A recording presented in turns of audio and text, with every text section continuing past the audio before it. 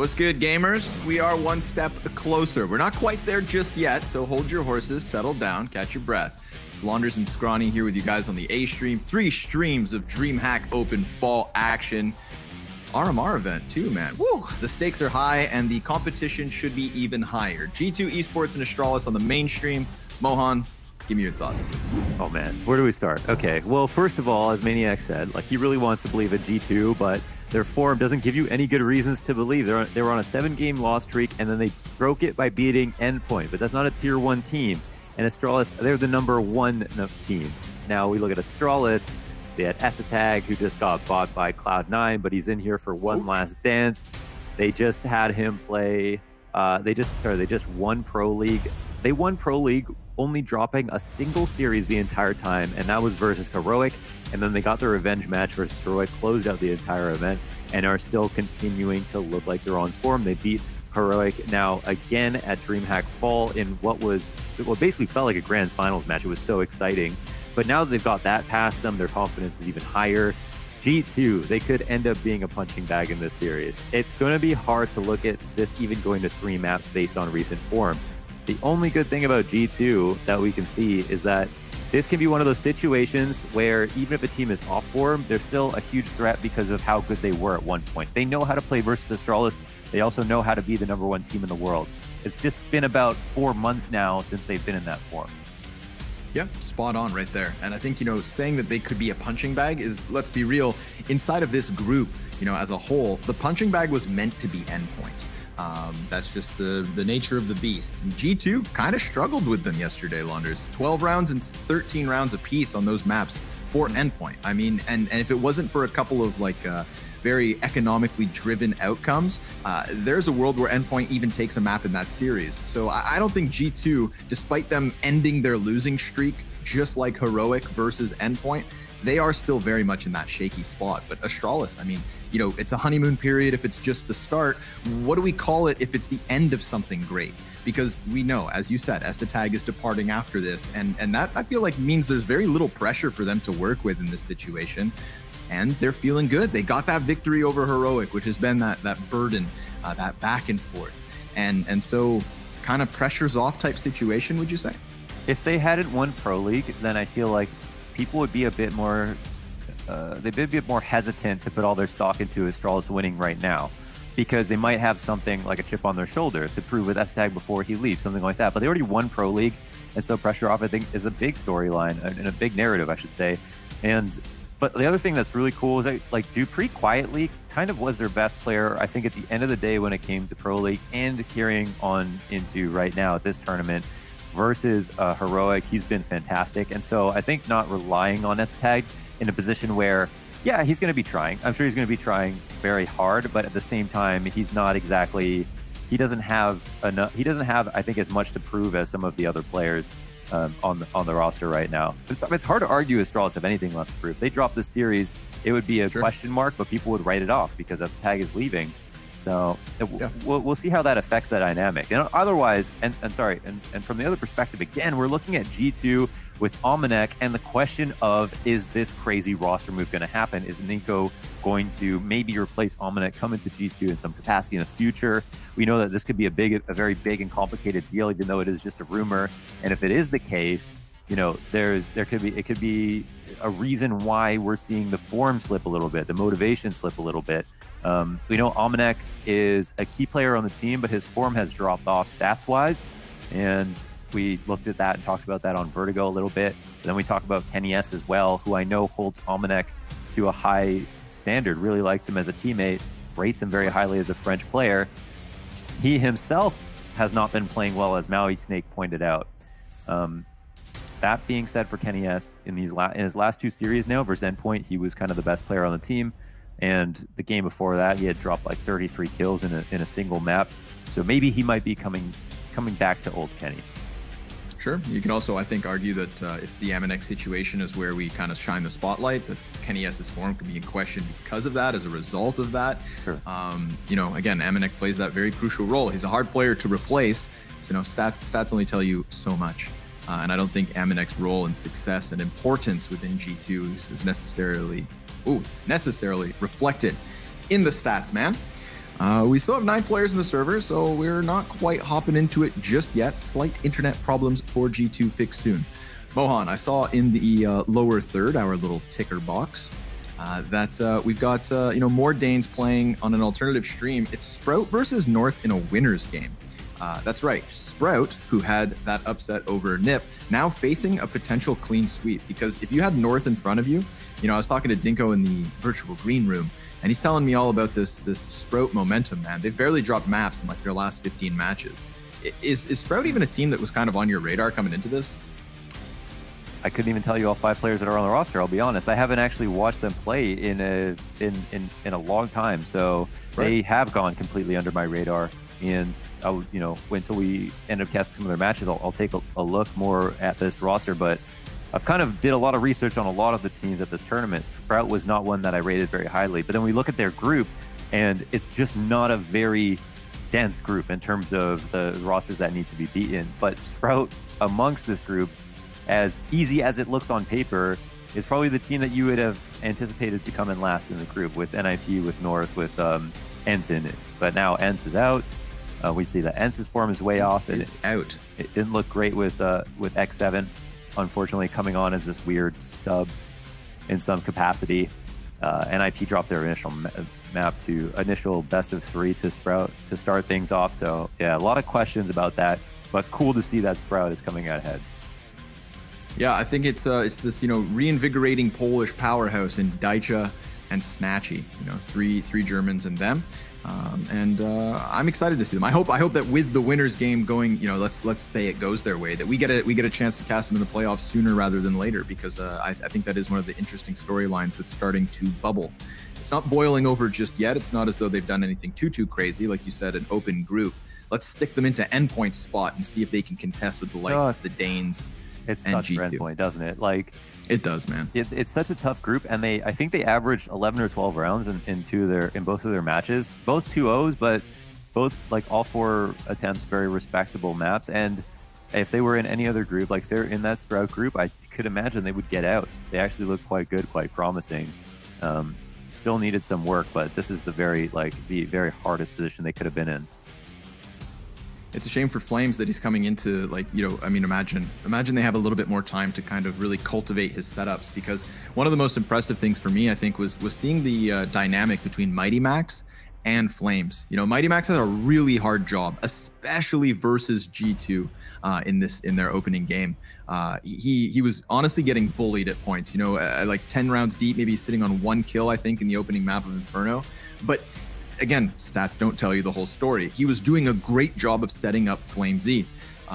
And it's like, if that's what's going to pull Mighty Max back into a star role, if his entering is gonna be more confident and more capable because he has that second man in right behind him in this very promising talent of FlameZ, then I think there is something for Endpoint. For those of you guys who weren't here when Endpoint was playing earlier, we talked about the experience that's within that core, Surreal and Crucial, and the amount of times that they've kind of been around different continents and competing. It's been years since Surreal was on Complexity in NA, and yet he's still there. It's like, will this be the final step? Will they be able to set up? Had they had more time before the actual event, having come out of the qualifier, then I think there's a world where they could have wounded G2 with either a map win. As I said, 16-12, 16-13.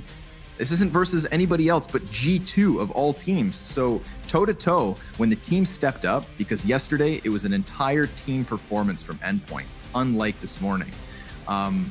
That was something to keep an eye on. So it is a bit of a shame that we lose the Endpoint, because there was a point to talk about with them. And I think that maybe Sprout will carry that flame moving forward. Mm-hmm. But Mohan, I think we've said what we have to say. Are you at peace with the idea of taking a short break as these I've got one more crackpot theory fixed before we go. Let's crack the pot. Okay, so we've got G2 playing Astralis right now in this best of 3 series. The first map is Nuke, but the pick of G2 is Dust 2. Okay, they don't even play Dust 2 anymore. So this is my theory, that if G2 are going to win a match like this, where they've dropped 10 spots in form since June, and they've got to go up against their hardest competition in peak form right now with as a tag, they've got to change it up, right? Now we look back at when they were #1. They were always losing Dust 2 Funnily enough, they were playing series, taking Dust 2, losing Dust 2, winning the series. That was the G2 formula. So now, even though in their recent form, they I think are 0-3 on Dust 2 in their last 3 matches and never played. Now that they're bringing back in Dust 2 as their first pick, despite losing it, maybe that's what they need to win the series. Maybe that's what they need to get back to June. They need to see Dust 2 in a series to be able to be the #1 team in the world. That's my crackpot theory for G2. Crackpot theory with Mohan Launders Govindasamy. Listen, guys, we appreciate your patience. We've almost got this issue fixed, but we are going to throw it to a little technical break, and then we will be back to bring you the action. One of these two teams, G2 Esports and Astralis, booking that ticket to the playoffs. It's happening soon enough.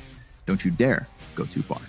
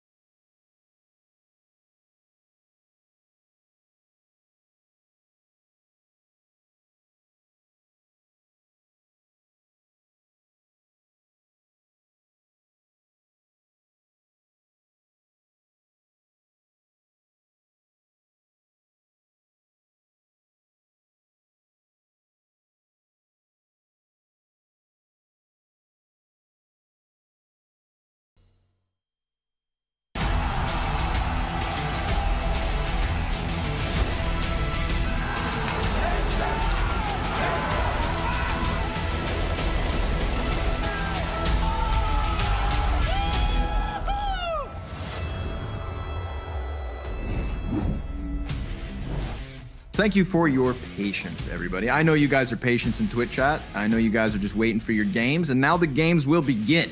On Nuke, G2, Astralis, somebody's getting that playoff spot, and somebody's gonna have to face Heroic in a decider BO3. We saw in the interview with Next, I believe, that G2 didn't quite want to handle Heroic if need be. You know, I feel like they're more comfortable with Astralis. It's more of a known quantity. Heroic's looking hot. Astralis maybe not, with not much to lose in this one. But the gloves are off, Mohan. We're jumping into the server. It's game time. And what's great is that the veto is good for both teams. They're going to be happy to play both Nuke and Dust 2, which means there's no excuses here for G2. They have an attempt. They know Astralis better than they know Heroic. And Astralis don't push as much. They are pushing more now, which is actually development in their Nuke, and we're going to see that now, but not quite as much as Heroic. So they'll have some space to work, and we'll see if G2 can actually come back to form. This would be a huge series for them. If they ended up winning this, I mean, this would be a giant upset as far as I'm concerned. Yeah, this would be the time to do it. I feel like this is the series here and now. You know, it's not elimination on the line. It's not as pressured of a situation, but it is still as prestiged of a win. So down to the B bomb site, we have Astralis already. Bomb's not exiting. And within B, of course, Nexa and Kenny S positioned, ready to rock and roll. Estetag can take his time on ramp flank if need be, but the doors swing wide. And Dupree swings for the fences. Pops Nexa in the process, and Kenny S, pinned into the corner, is now dead. This lets Estetag go back and watch the ramp, or excuse me, the lobby, because he wasn't needed down ramp. The entries to the B site went so well that he could go off and play plan B. Amanek with 1 kill for G2, but that's all they have so far in this pistol. Yeah, it's super simple to kind of figure out what was going on this round. G2 knew exactly what was coming. They just had to hit their shots. They had 2 in position in the lower site, ready to defend against this, execute, and for Astralis, they get such a significant amount of control, being able to cross into secret with so many players without any casualties, and that's pretty much where the round is lost. Of course, I mean, I guess you could try to get on it or at least keep him close to the bomb, but he'll die, he'll grab 1 frag, and that's just about it. So Astralis bomb plant, moving to the second round. They're already looking strong. Tough spot there for G2. Just had to rely on 2 people to really frag out, basically, as their only hope. Yeah, that one was quick as well. Dupree just swinging the doors, ready for it. And then he's just been amazing. He had to fight. Dupree has been amazing. You are right. Yeah, especially on lower entries on Nuke. It's like his specialty right now. I think it used to be Magiskin first more often, but Dupree has been holding the mantle for that position lately. Wasting no time, Magisk going to attempt the cross with the 1 SMG in play for Astralis. Everybody else better equipped for the situation. Hunter off at the top of Hut, commits behind the box, and he's going to swing out wide there, making contact with the CZ, but it's Dupree with yet another successful early entry. Glaive giving cover, Magisk a 3rd kill. Very easy for Astralis, even catching out that late secret lurk. So this is perfect. Absolutely perfect for Astralis. The 2-0 start they would hope for, and as long as they can dodge Jax at the end of this, it's even 5 survivors. One thing I think that changed specifically after Astralis lost to Heroic the first time was that Astralis not tried to turn up the tempo, mostly on CT side, but we can see it on T side as well. The game is just getting a little bit faster. I feel like Heroic kind of rocked the scene a little bit with how fast they got to their spot, and they did it off of, I mean, a lot of gamble stacks on their CT side, a lot of aggressive openings on CT side, a lot of pushing that looked random, but it kept working. And I think that a lot of people had to re-examine how they were playing CS as a whole. And this is in year 8 of CS, which makes it even crazier. But I think we're really seeing Heroic have an impact on the way that Astralis are approaching the game now. And that's going to be found all over Nuke on both sides. And it's cool. And it makes the game even more exciting, which is sweet. Because these games have gotten longer over the years. We talked about it recently. Overtimes, economy changes, timeouts every map. So if a lot of the rounds end up going a little bit more quickly, that's a nice organic way to shorten the total match length. Keep it super exciting. You're on point. The fragility of economy, the importance of saving as a CT, you're dead on, man. So yeah, it does change up the pace, changes up the tempo. I love riding the waves of the meta. It's pleasant out here. Yeah, I think it's really ocean. It's amazing for CS that that the game doesn't just slow down to people playing more and more slowly to win, and instead it's actually rocking back the other way. Speaking of quick, man. Yeah, speaking of quick. Already down vent is Magisk, but obviously just versus the pistols here, Astralis not playing with any fear in the back of their minds. Device will allow for them to take secret. This could compromise the 1-man downstairs in Magisk, but so what if he is compromised? He is all alone without the bomb. So, I mean, just serving up as a perfect distraction. Look at this, like moths to a flame. Imagine a big old pack of moths like that.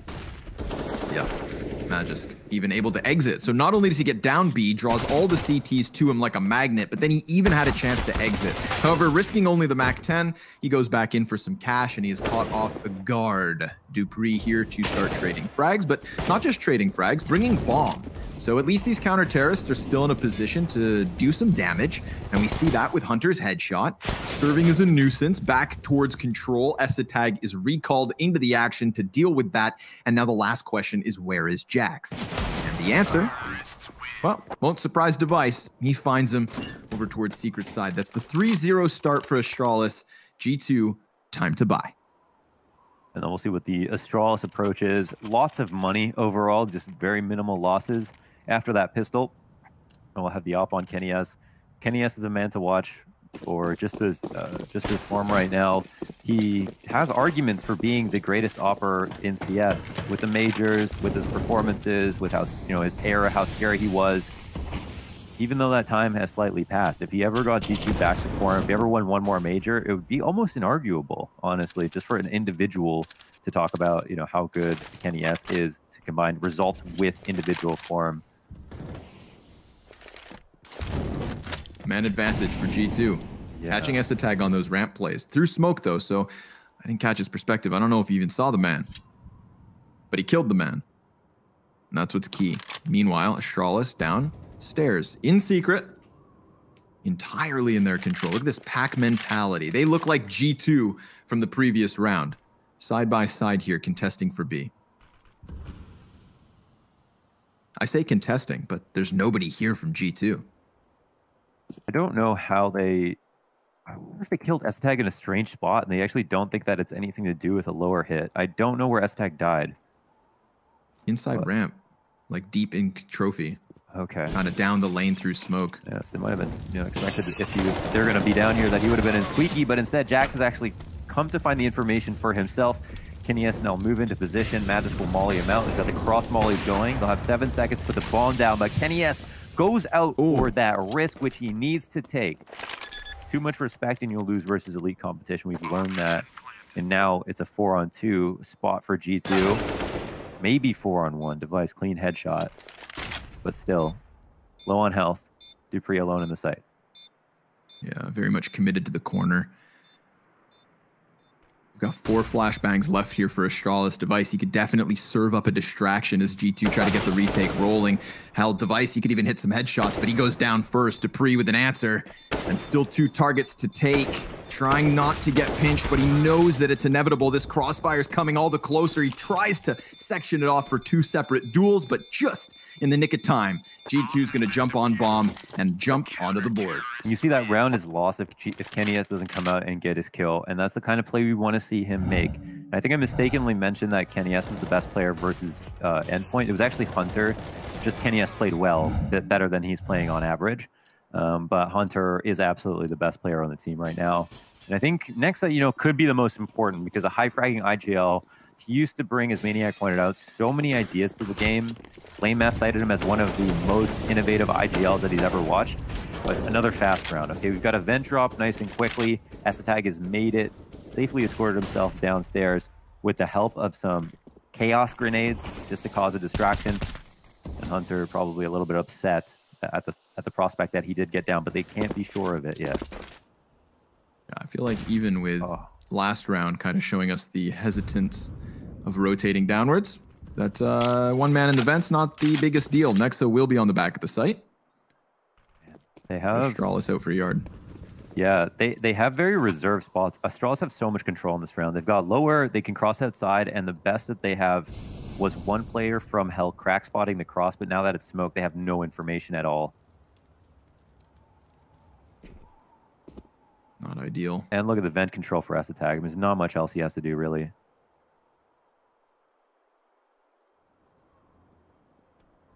Last time Nexa was in this position, it was playing into the pistol round when Dupree swung those doors wide and just blew him into tomorrow.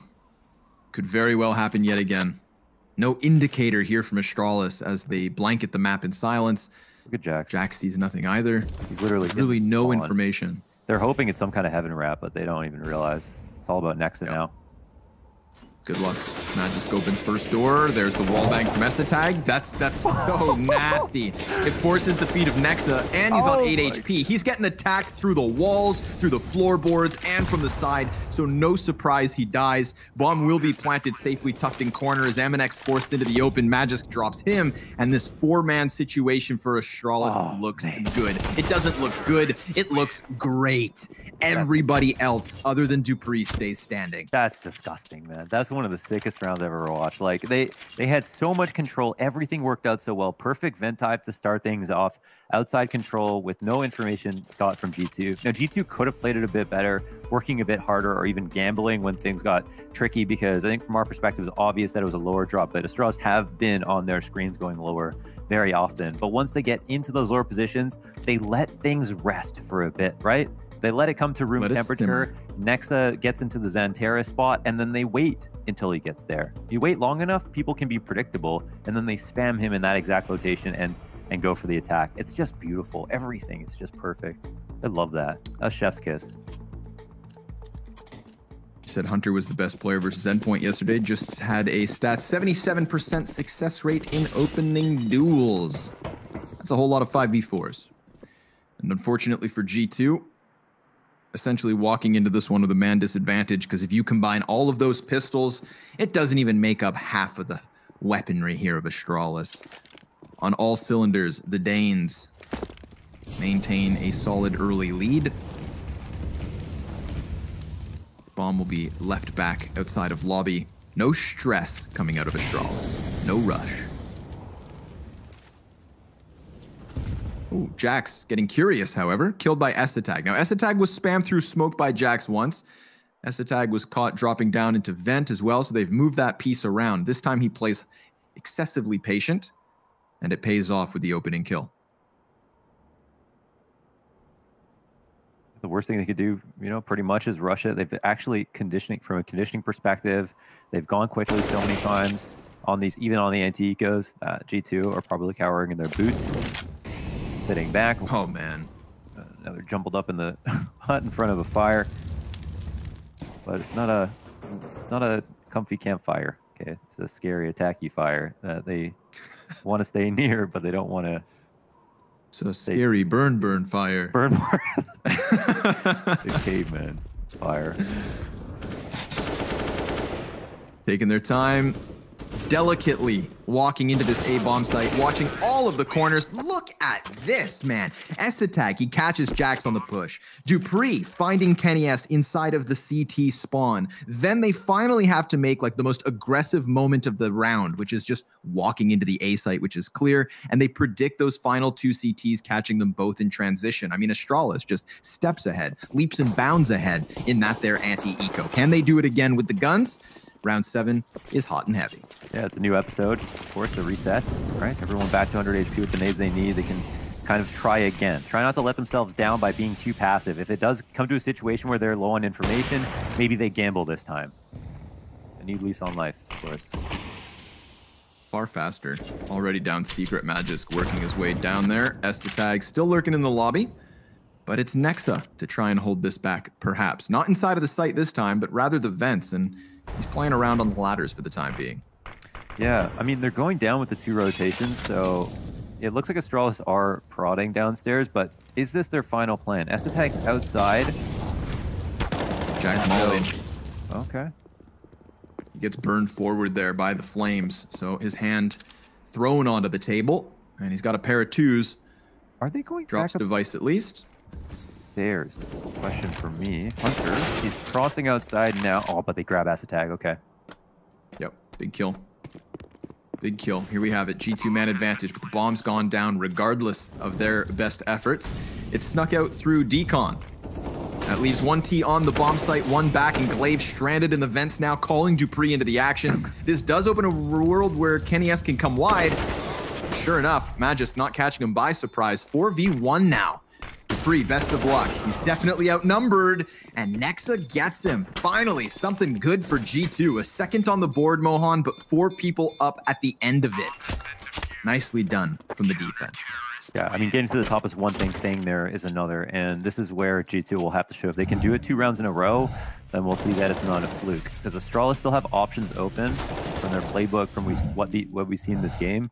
They tried something slightly new, but Esatag got caught up outside, lurking in a new position. So pretty big credit to G2 for finding that out. When he wasn't in Squeaky this time, he wasn't late ramp. He's actually been caught a couple of times now, how we think about it. So that's a big 5v4 opportunity. Esatag off going into the Squeaky event. Tried to drop, But that is a lot of sweat off the brow here for G2. They're going to be feeling a lot more comfortable.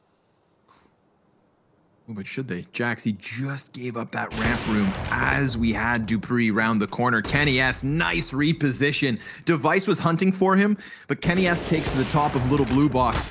The off angle unfolds properly here for G2. A little bit of contest going down towards ramp. Kenny comes back in for second servings as he has lost a teammate, and both of Astralis' remaining members are here, but Kenny S dropping the bomb, his third frag in the round. And there's the nail in the coffin from Nexa. 3 rounds for G2, 3 kills for Kenny. That's what you'd love to see from Kenny S. He's trusting himself. He's going for the risk where he knows he can actually be rewarded. He's right place, right time. He's trusting his smoke shots. We've seen this highlight reel, 3 absolutely different locations. Lots of variety here for Kenny S. This is the kind of opping we need to see from him. What we're used to, where G2 will produce their best results.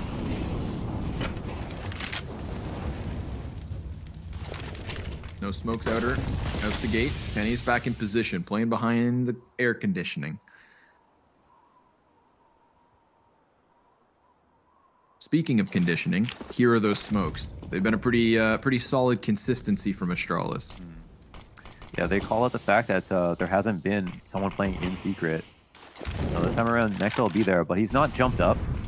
He's actually fallen back. Molly stopped him. Yeah, if he was playing within secret, he could actually call out that they're not crossing, but right now he can't know that, even though he did attempt to go there.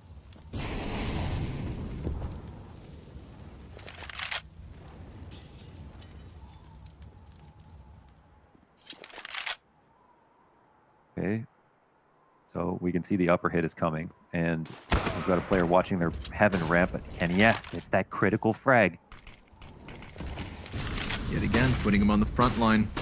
He walks in front of Nexa, pounces on the first kill. There's dupreeh to answer. That's the entry on the A site. Amanek, he's able to get one back, but oh, not a second. No, sir. 2 versus 3 here. Astralis, they've got that advantage. Both the CTs coming in from the side of lobby, already being called out by Device. He's ready and willing and on point. Shuts down Nexa. Now it's up to Kenny S. And well, he doesn't get that quick trade because there is no repeak. dupreeh taking responsibility of lobby means this is a 6th for Astralis. Mohan, they've broken through. G2 were doing good, but Astralis find footing on the A side.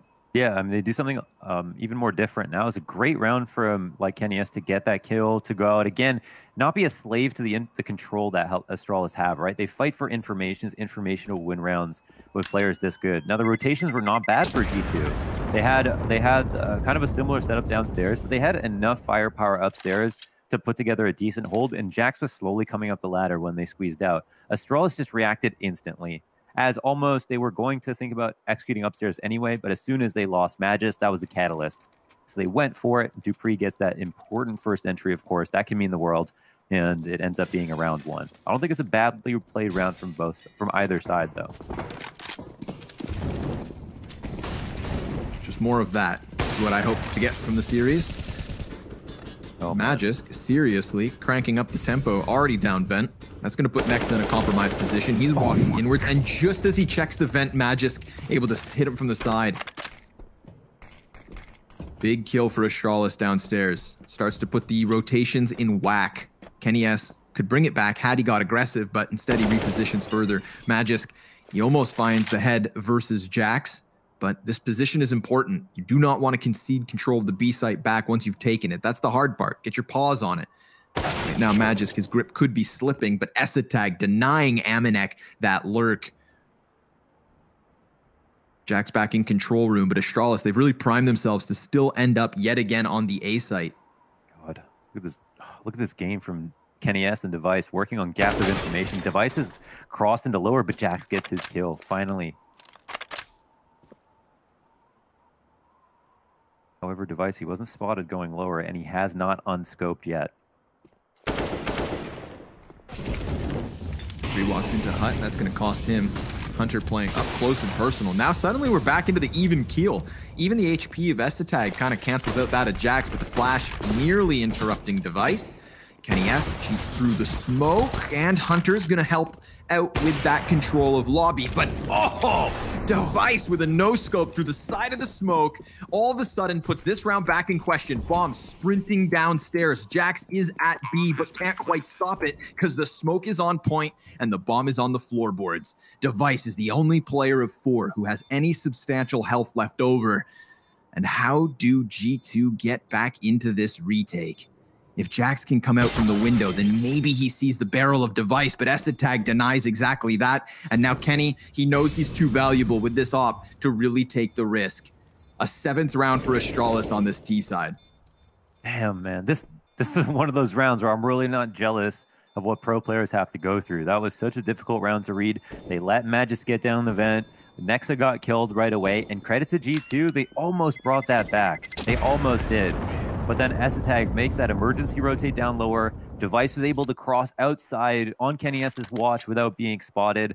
You know, a mix of fortunate stuff, a mix of good individual decision making, and most of all, I think it's more of the T's prerogative to cause chaos and not be sure exactly what has come of it, as opposed to the CT side that need to maintain as much control and cohesion to know where all the T's are. The T's are happy to be lurking in 5 different spots on the map, but not the CT. Sure. I mean, we caught Device's reaction to his own disgusting no-scope. I mean, you know, you throw that into one of those wild mid-round 20 seconds left type moments, it's no shock that G2 are kind of caught off guard by it all. And that third player could have made the difference. So you take what you can get. A little bit of Danish magic. But it's not over. Kenny S still equipped well for the situation. We've seen him floating with different positions. We've seen him almost omnipresent across the map. This time he's further back inside of CT spawn. Smoke grenades are going to screw over his vision. So he has to let players start toying with the cross. This could draw attention from Hunter, either dropping down vents to play secret or even maybe inside of Mini.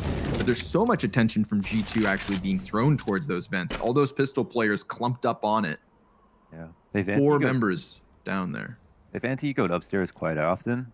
Just depends on what Astralis' read on the situation is, because they know Kenny S saved it, this op. But yeah, I think they'll have a free upstairs site to take. An easy call here made as they walk into a vacant lot and park their car. Oh, somewhat vacant. Somewhat vacant, yeah. That man asked for a toll. Aminex not paying. Brute forced. But, you know, that's the gambles you play on rounds with pistols. I think the takeaway for G2 is at least Kenny S is still comfortably tucked in his bed all the way back in the depths of spawn. I'd like to know what the thoughts from the desk after this match, because so far it feels like it is very high-level CS still going on. G2 are adapting, Astralis are one step ahead, but only because they look so damn good right now. But I'd like to see, you know, I'd like to hear their thoughts on this half so far. Even though it's 3-8 at the moment, we can still, I feel like we still see why G2 are such a top-level team.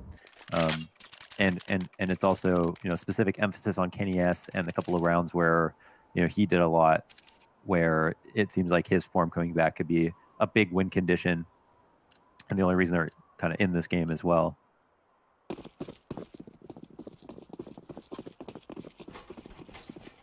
This is no longer the only person equipped. Back in with the buys. G2, it's time, okay? If you're going to put up a defensive half, you got to stop Astralis shy of the double digits. Initial setup shows outside. Just really screams comfort to me, Launders. You know, Astralis never panicking. They're like a warm Cinnabon in the mouth. Captivating.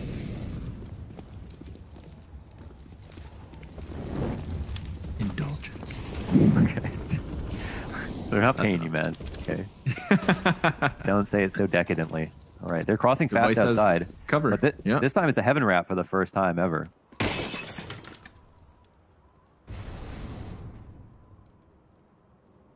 Yes. The new squirrel trying to work it away. Magus is on the cusp of heaven.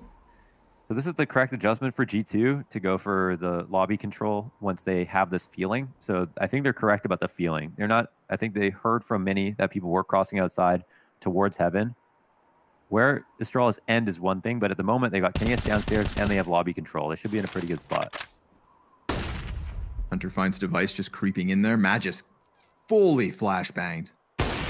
White as can be. KNS drops the Molotov, anticipates the peek there from Glaive, but just isn't quite fast enough. So simultaneous frags between Glaive and Magisk. Aminek's going to answer back with something on this B site. We do have Magis kind of sprinting down towards ramp. He was almost just caught by Jax. Jax actually feared the situation, but at least he makes the call for Aminek, who comes in big. 3 players on the B hold from Aminek, and Dupree is in the clutch, but there is no time.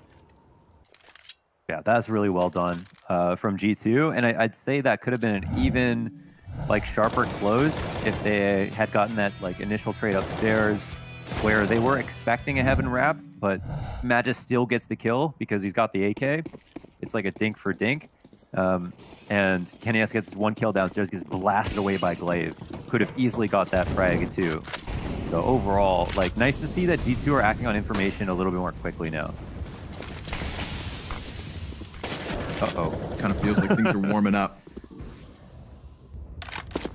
Yeah, Estetag, he gets below the floorboards again, though, really quickly. Nexa in a brand new spot, but I think Estetag saw where that smoke came from. Oh, boy. It's that termite problem.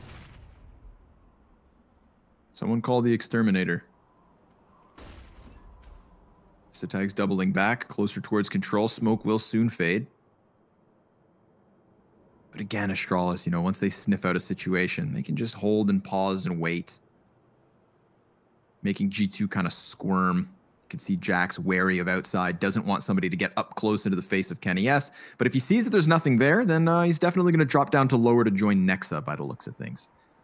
Or go upper, allow that rotate downwards. Doors swinging wide. Nexa feeling the heat of the situation, and Aminek trying to get out, but Magisk able to burn him alive. Molly on one exit, smoke on the other. So the ramp man was damned if he did, damned if he didn't. So he won't be able to find much in this one. G2, 3 survivors. KNS never saw any pressure. So if he's not swinging the op, then Astralis are kind of just walking into bomb sites and taking away the rounds. Launders, we're at the very end of this first half, and Astralis are very much gunning for those double digits. This is tactically such a sick half from Astralis. There's so much to talk about. I like how they use Estetag a bit differently here. I mean, they use him as a vent drop probably because he has a spawn. But I think as opposed to some of the earlier rounds that they almost lost, where Estetag was the lurker and he died going ramp, he died going outside. Instead, he's just a player who goes downstairs first, and it's usually been him or Magisk on these strats. But I think this is when the rounds work out the best for them. And G2, they've got to... I think the one thing they're not doing, actually, just to call them out, is the nade to go into the vent when they're the initial spam through the smoke and the nade to go into the vent. There's just been too many clean vent drops for Astralis. I'd say that may be one thing you can just be a bit more black and white about when it comes to what G2 could be doing better. Sure. Well, fortunately for them, they're not running with much more time to adapt, but Jax will get around the side of the smoke outer. Hunter also able from the top of hut to get a kill and take that man advantage. So we've got something here for G2, but they can't hang on for too long because Dupree comes wildly around the corner, killing Nexa, who's replaced by Hunter, but called out. Dupree anticipating the play, and Glaive in the meantime dropping KNS. So one by one, they fall, and we've got G2 putting the pressure on Aminek. Now, his multi-kills have won them rounds, or at least singular round, towards that B site, but now being so outnumbered and being honed in on, it is Astralis to arrive on 10, and Mohan, they could even push the envelope with the buy coming out of G2 being somewhat limited on Nexa and Aminek. 11-4, very possible. In an ideal world, they save on a round like this, but yeah, round 15, they've got to put it together. It's not so bad. I mean, they're low on grenades with stuff, but they have the op on KNS. Yeah, again, I think, you know, a couple of times now, Sweet Heat would be a free kill. They did get him as Hunter versus Aztag last round. He wasn't able to drop, and Hunter's got taking care of it right now.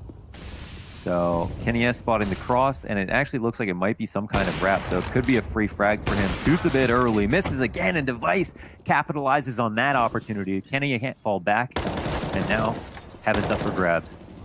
Yeah, they're trying to climb over top of it. Jax will defend the base, but Magisk already towering out from the top of it. Hunter burning behind the vents, has a little bit of sanctuary, lays down the smoke to try and exit. The frag grenade chips him to 4, and Device with the Tech 9 spam will take that frag back. Low HP for all 4 of Astralis' players. It's Device's 3K that has done everything here for the T side as they attempt to close this half with an 11th round. A 7-round lead after the offense of Nuke would be fantastic, but Jax, with little to lose at this point, is trying to make the retake happen. Bomb 1/3 of the way gone already, and there's still no clear route as an entry. By Jax finally arriving at Mini, he's Molotov'd off, as if to send a message that despite your best efforts and drive for the retake, man, there's just nothing you can do. Even with these kills, time is of the essence. Dupree's gonna swing out and close this half, Mohan. It is 11 rounds to 4. And G2 with a lot of work to do as they take to the offense. Is it possible? Yes. Is it probable? No. Join us after the break to find out what goes down.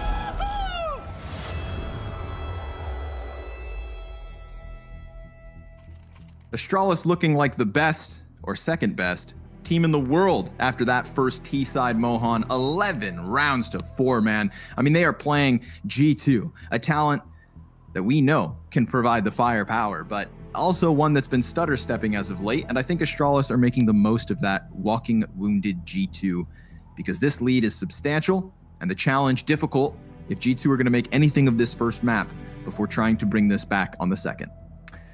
After a little bit of reflection, looking back at the first half, I could see that, you know, it was such a pain point for G2 to stop the vent drop. And if they had done that, they wouldn't have been constantly with their tiny pail trying to bail water off of their ship after the hole had been, you know, broken. They needed to stop that. They need to hemorrhage the bleeding right there, and they couldn't figure that out. And that's when things just got way too complicated. Has to tag Magisk down lower, and we could talk about how they could deal with the problem from that point, but that's a way harder problem to deal with than being able to get the spam smoke or spam the smoke and kill them when they're coming out, or drop the nades into lower, or play in the vent at the beginning of the round when so many people, or so many rounds in a row, Astralis kept going down there. But now we're into the second half. Astralis have benefited from that gap in the defense. G2 have taken a nade to the face on their outside default, and Astralis, yeah, 5 rounds away from closing out map 1. Pistol would almost seal the deal. We'll see. Got Glaive popping. Ooh, Noggins. Takes the headshot. Later, Kenny, yes. Man didn't even get a chance to cross, damn it. Hunter, what you doing up here? Waiting for Dupree.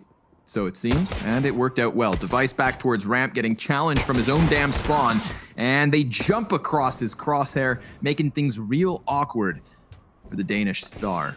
G2, man advantage as they work their way closer towards that B site, but they kind of stagnate ever so slightly, and this does open a world where Magisk could find the player on ramp, but he creeps into Nexa. Had he peered downwards, Amanek could have been the possibility, but off of Nexa's kill, he's going to recall bomb, calling the action instead into the A site, which is secured by Hunter on vents. Really good mid-round rotations here from G2. Awesome pistol, and a 5th round of the board.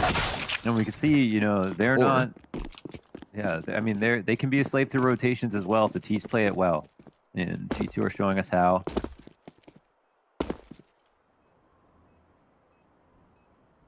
Putting Astralis in a very unlikely retake. Right, yeah, especially with the time. I mean, by the time he walks up into heaven, the bomb's halfway gone. There's no kit on the play either, so it's just going to be this like last desperate sprint in, and G2 on high alert know exactly when it's coming because they didn't have any time to spare. So 3 guys up for the end in G2, but awesome. Taking over Hell, challenging ramp, over flustering that rotate back from Astralis, and then boom, finding the A site wide open. Yeah, keep the CTs rotating as much as possible. The more you do that, there's the more opportunities to catch timings in a world where, you know, timings can really make or break a game. Creating those timings can be the key. So it's all these MAC 10s now for G2. They plan on making this entire comeback, and they've officially dropped down vents with Nexa. I mean, at the cost of a lot of HP, but just having him down here is the thorn in their sides.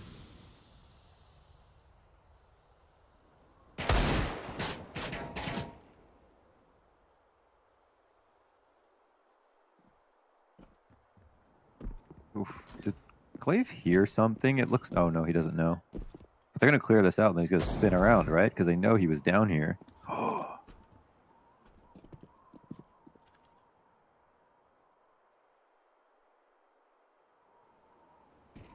All about this cat and mouse. Yeah, the mouse doesn't often win. But who's the mouse? Exactly. Further damage done. Still no kills coming out. Yeah. Nexa is flustering the B site though, but it's a walkout on A from G2. And Jax, despite being blind, able to pick up 1. Magisk gonna answer this. And Jax is just beneath Device. He's got to be careful on this scout. CT's putting up a good fight. I mean, they've got the man advantage, but it's the bomb plant that's going to be in the back pocket of G2. None of the pants fall down on their attempted exit. That's the big one. Astralis, they've got a smoke to play in front of in heaven. Can yes exit back through squeaky door.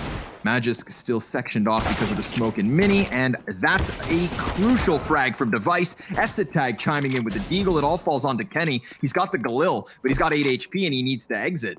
So Astralis, yeah, they easily stick this bomb. It's the eco retake, Mohan. Yikes! They just had no. It felt like there was just no hope, even when they were like comfortably in positions on the site. Saw how annoying Glaive was. He was like, "Just shoot at me. I don't care if I die, as long as you tell me where you are, because we have a man advantage and heaven control." And then he gets shot at. He's just spamming his deagle, like he's got his propeller hat on, going up and down the ladder, spamming his deagle off of the ladder, knowing he's not going to hit anything. Just like, please show me where you are. And finally, they bite from opposite vent, and the heaven guys can trade out on that player and allow Glaive to come upstairs. He ends up being the one to get on the bomb when he was supposed to die first. So You know what I suddenly, mean? I know what you mean. It hurts. It hurts. Glaive with the 3-man Mac 10 play. Oh my God, he's using their own guns against them to make mad money. $7.7 thousand for Glaive at the end of this one. 2 kills from Device off the Scout. I mean, it's a mixed bag of weaponry, but the mixed bag works. 8 rounds, the advantage for Astralis, leading 13-5 as G2 limp in with a real buy. Yeah, we got to hear more about the way that Astralis see themselves with their 6- and 7-man rotation, where Glaive talked about how, you know, Bubsky kind of made things a bit weird with how aggressive he wanted to be, not because they were bad plays, but because him and, like, as in Glaive and Dupree take a lot of the risks on CT side. So having a 3rd man in who also does that kind of imbalances the roster for what they're looking for, where S-Tag fills in a little bit more cleanly for Zipix. But all that's to say, now we get to kind of see those risks being taken. Glaive plays outside a lot with his rifle. He does push as a solo man, and he goes and gets information. And sometimes he doesn't always get the kill, but he'll get a ton of data. He'll get the preemptive Molotov as he sees this one smoke come down. The rest of the wall is going to come down as well and get interrupted. And now there will be a huge gap for them to try to exploit. Now, of course, whether they cross or not doesn't matter. The information is theirs.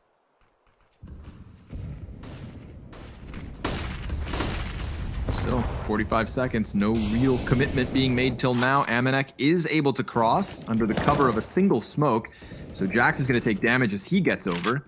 That opens up Hunter, however, to find the first frag. There's the second back from Nexa 2, so it's going well until they find Dupree.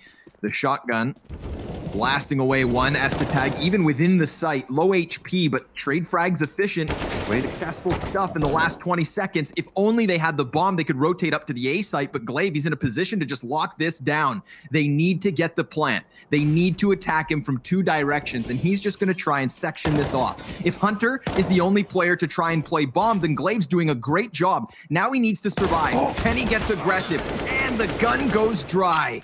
Kenny S makes the difference. G2 with a 6th. They didn't have a safe way to plant, did they? If he had gotten the kill. Sketchy stuff. Yeah, they needed that frag. And yeah, a Glaive, I mean, maybe he needs like an M4A5 with 35 bullets.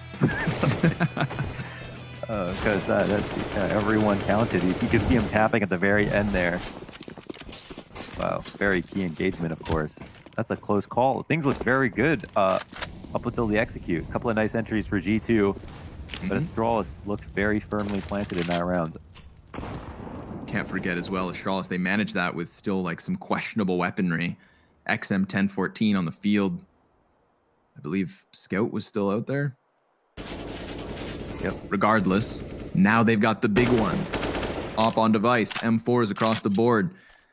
A couple questionable belts of utility and only a single kit, so let's keep an eye on Magisk. But G2, this is their chance. That round was one of those that could have rocked the boat either direction. Astralis trying not to capsize here as their economy is on the line entirely. They smoked behind device and left him inside of the hut. He's got this great line into the lobby for the cross, and they aren't testing it. But again, whether or not they test it, it's information, and it's a really important position to be if it is going to be an upstairs hit. So strong spot for him to be in at this point in the round. Device, this is dangerous, but Hunter, he's coming down the ladder right next to it. Device waits. Glaive, he's given the back of the players outside. He gets the double, and Device also did get that kill inside of Hut. Everything's going well for Astralis once they're back on the big guns. Kenny S from the top of Silo, denied by Glaive. A 3K for Astralis's champion in-game leader, just tucked back inside of the garage. Mohan, he let them walk into him. Yeah, he goes unnoticed as an individual, you know, a lot of the times on this roster, but Glaive, he just does so much for them on their CT side of Nuke, and we can see why. He's very comfortable in his aims, very comfortable working alone as a mercenary, but that round is also largely in part due to, you know, Kenny S dropping the bomb inside of HUD, getting the off shot, not giving them a way to get back into it, and forcing people to make rash decisions to try to make up for that incredible amount of control that he had. Also coupled really nicely with Device being so aggressive on that op. We didn't quite catch it, but I mean, that was a barrel stuff inside of lobby. So both fronts of the A site shut down. Colonel defense in Astralis popped to perfection. 8 rounds behind is G2, and with 5 Glocks. Not a single flash, not a single cent spent. I mean, how do they even find an opening? Jax, he shoots one burst of the Glock, just trying to stay busy. He's trying to stay active, keep limber. Poor guy eats a nade.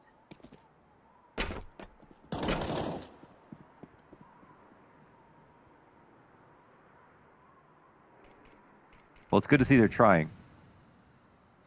They haven't given up. Listen, they lost the second round in the second half. Okay, they won the pistol. That was where it was supposed to begin. Then they dropped 2 rounds. Yeah. But you can see that because now they're trying so hard on this Glock save that they were trying the whole time. That's great. And that gets around the corner, but it's a crossfire from hell. Magisk able to replace Glaive as he does get swarmed, but I mean, Device just USP taps. No Kevlar, no chance. Astralis, they secure that 15th round. They've got 9 map points here on Nuke, picked by Astralis for a reason. And here comes the T timeout. We had the unorthodox mid-round pause to collect thoughts, and now they're going to cement those ideas before coming into this one and hoping something sticks. Only one player has more kills than the bottom fragger of Astralis. For the most part, there's no hard carry this game. We had a good round from Kenny S in that first half, but ultimately it was 1 round and then 1 good pick after that. They've just been pretty much tossed around, and that is getting amplified here in the second half. They'll have 1 more go of it potentially with a litany of different weapons, 2 AKs, Deagle, Galil, MP7, and we'll see what kind of Jimmy rigged execute they can come out with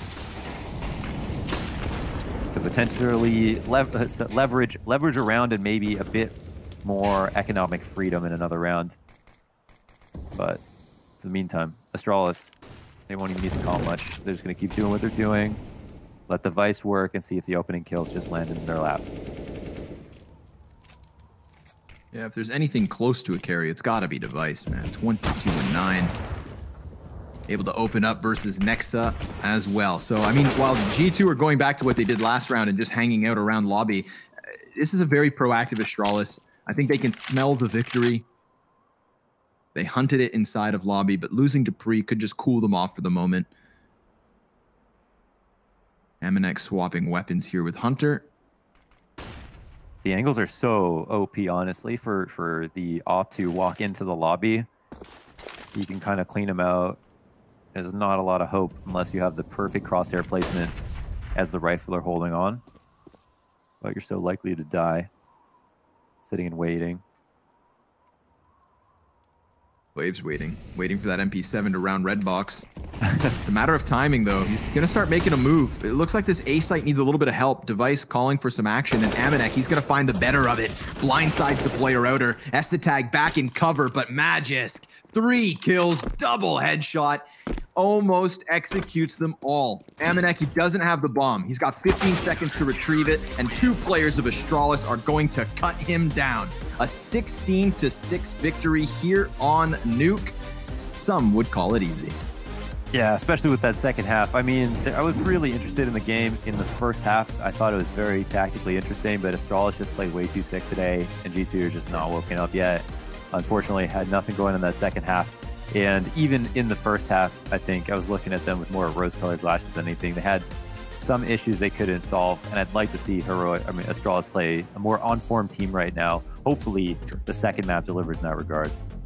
Fingers crossed, baby. Fingers crossed. We'll have our analysts in between maps and a break before that, so we shall see you guys soon. Don't go too far.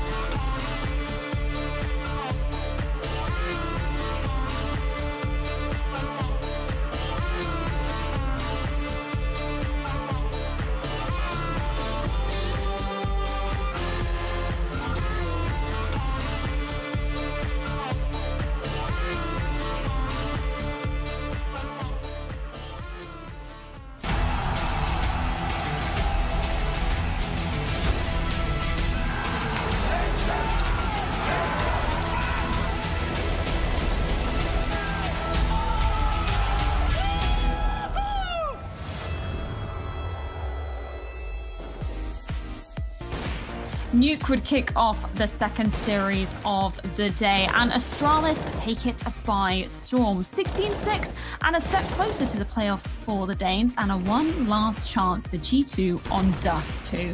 Maniac and Maui are joining me to break it all down. And Maniac, I think we need to start off by talking about that T side from Astralis. They look like they were dictating the pace from the very beginning. You're absolutely right. And this to me felt like a trip down memory lane when Astralis were having their crazy win streak on Nuke. And part of the reason why they were winning all the time was that their T side was absolutely dangerous. And it happened again and again and again. They caught G2 off guard many, many times. The rotations were a little bit off on the side. I want to say Frenchies, I guess, the European lineup nowadays. Nexa was left more often than not completely alone on the B-bomb side. Of course, for us, it's very easy. We have the bird's eye view. We know what's happening. But Astralis were absolutely undetected when they made their way down to the B-bomb side. And poor Nexa, I think 2 or 3 times, he was completely alone trying to fend that attack, and it just was not possible. Well, speaking of having that bird's eye view, Maui, I know there's a particular point that you want to break down in this match. Yeah, absolutely. So as Maniac said, a lot of the attacks from Astralis were towards that lower B bomb site. And as we can see here on the stats helix, it looks like, again, in this round number 9, that Astralis once again will be going for an outside play here.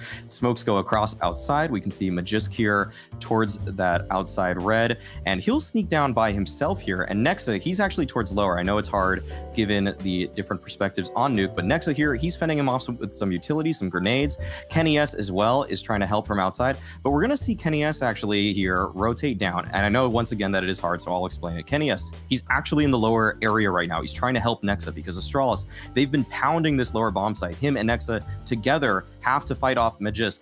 But as soon as Astralis recognize from Magisk's call that both of these players are down towards lower, Kenny S takes him out. They instantly spring into action. The rest of the Astralis team now know what to do. They throw all of the nades that they need to. Look at this bombardment of flashes towards the mini garage, towards the opposite vent. Dupree finds the entry onto the bomb site, and Astralis with an easy take on that A site, which is so weak and so thinned out because time and time again, they were just hitting that B bomb site. G2, they overcompensated in this round with a double rotation towards lower, and Nexa and Kenny S, you can see on the left side there that they're both still alive in no man's land, where Astralis, they have the bomb down and they get the win in this one as well. I know we were talking a bit about Kenny S before the game as well, and it was kind of interesting because we were looking for him to be kind of stepping up for that G2 side. And actually, Maui, in the first half, or the first part of the first half, you know, he was looking pretty solid. Do you feel like that was a particular reason why he couldn't continue that form on into the rest of the map? Yeah, I think Astralis just did an excellent job of reading the rotations from Kenny S. They understood where he was going to be at the beginning of the rounds. He's always usually kind of towards that outside a lot of the time. The mini position in particular is where he had some of his great rounds where he popped off. But as soon as Astralis recognized that, they used their smoke wall towards outside, kept things pretty simple in all honesty, and just went down there, isolated Nexa, and did a great job of just kind of mitigating that op presence. Kenny S, he was kind of getting that hot hand, and you just did not want to feed it if you were on the Danish side. Yeah, there's been a lot of action going down over here on the A stream, but of course we have 2 other games going on simultaneously. Some quite surprising results, I would say, from this one. I think we should start off by talking about the Fnatic and Vitality one. Maniac, you put it perfectly in the green room. A national treasure, that is Fnatic and Inferno, so no surprises that they took this one. I mean, it's no surprise that they would win Inferno. Just the way they've done it was absolutely stellar, and you're right to say it. I feel like it doesn't matter the lineup. Fnatic's T side on Inferno is one of the most complicated ones to handle, and we have again an example. But here, what we have on our screen, that is the one surprise of the day as far as I'm concerned. You're not dreaming. Saw actually took Nuke from underneath FaZe Clan. They are leading 1-0 in a series that, if I'm not mistaken, Freya, is an elimination game. So FaZe are theoretically 16 rounds away from being kicked out of the tournament by Stowe. It's not done quite yet, but there is a possibility. It's absolutely nuts, considering the fact that FaZe literally just come off that win at IEM New York. I was just watching Saw actually in the Flashpoint qualifiers that unfortunately they lost out in the grand finals to VP. But yeah, Maui, I don't think anybody would be mistaken for thinking that that was the wrong scoreline, because FaZe, man, are dropping off the form already. The wrong scoreline. Yeah, you would think, but no, Saw have been kind of slowly grinding in the shadows there in that Portuguese scene. They've pulled off some upsets. They made some deep run in qualifiers. It rarely seems like they make it to the big stage. I think at Blast they were able to attend that due to them qualifying in that tournament quite a while back, maybe 5 or so months ago. But they've been slowly working and they've been doing a great job. FaZe aren't necessarily the best nuke team, so it's not super surprising that Saw could take that from them. It's just really a matter of how does FaZe bounce back now, because you know they're going to be a little bit upset about that. They'd probably think that they should just run through a server with Saw on the other end, but they gotta bust it out now. Whatever those strats that they were maybe saving for the playoffs, they gotta show them today, and that's probably showing a little bit more of their hand than they would have wanted. But you gotta give credit to Saw. Yeah, you really, really do. Obviously, there, as we can see from the standing, it is an elimination match. I do just want to give a shout out to Studodo from the side of Saw, because man, he was good, absolutely nuclear in that. 35 kills again when I saw him in the Flashpoint qualifier. Very, very impressive indeed. But I don't want to get caught up in the haste of the other streams. Of course, we are going to a second map. It's going to be Dust 2. Launders and Scrawny are going to be joining you with the action after this.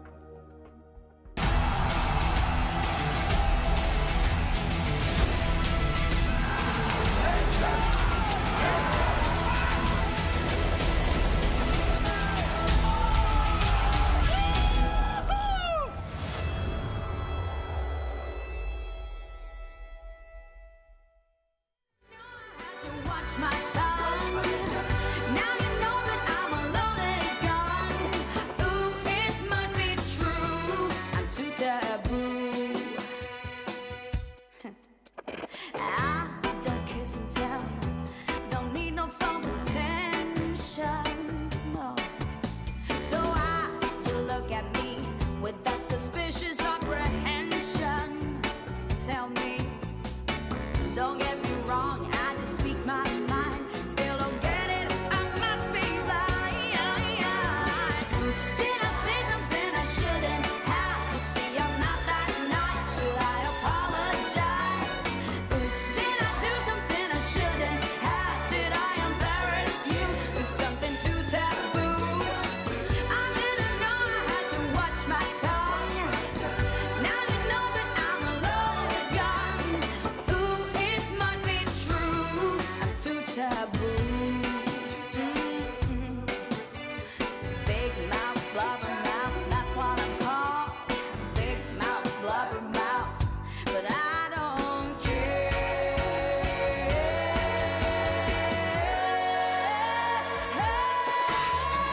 Oops, did I say something I shouldn't have? You see, I'm not that nice. Should I apologize? Did I do something I shouldn't have? Did I embarrass you? Do something too taboo? I didn't know I had to watch my tongue. Now you know that I'm a loaded gun. Ooh, it might be true. I'm too taboo. Did I say something I shouldn't have? I'm not that nice. Should I apologize? You know I'm not that nice. Did I do something I shouldn't have? Did I embarrass you? Do something too taboo? I didn't know I had to watch my tongue. Now you know that I'm a loaded gun. Yeah, you know it's true. I'm too taboo.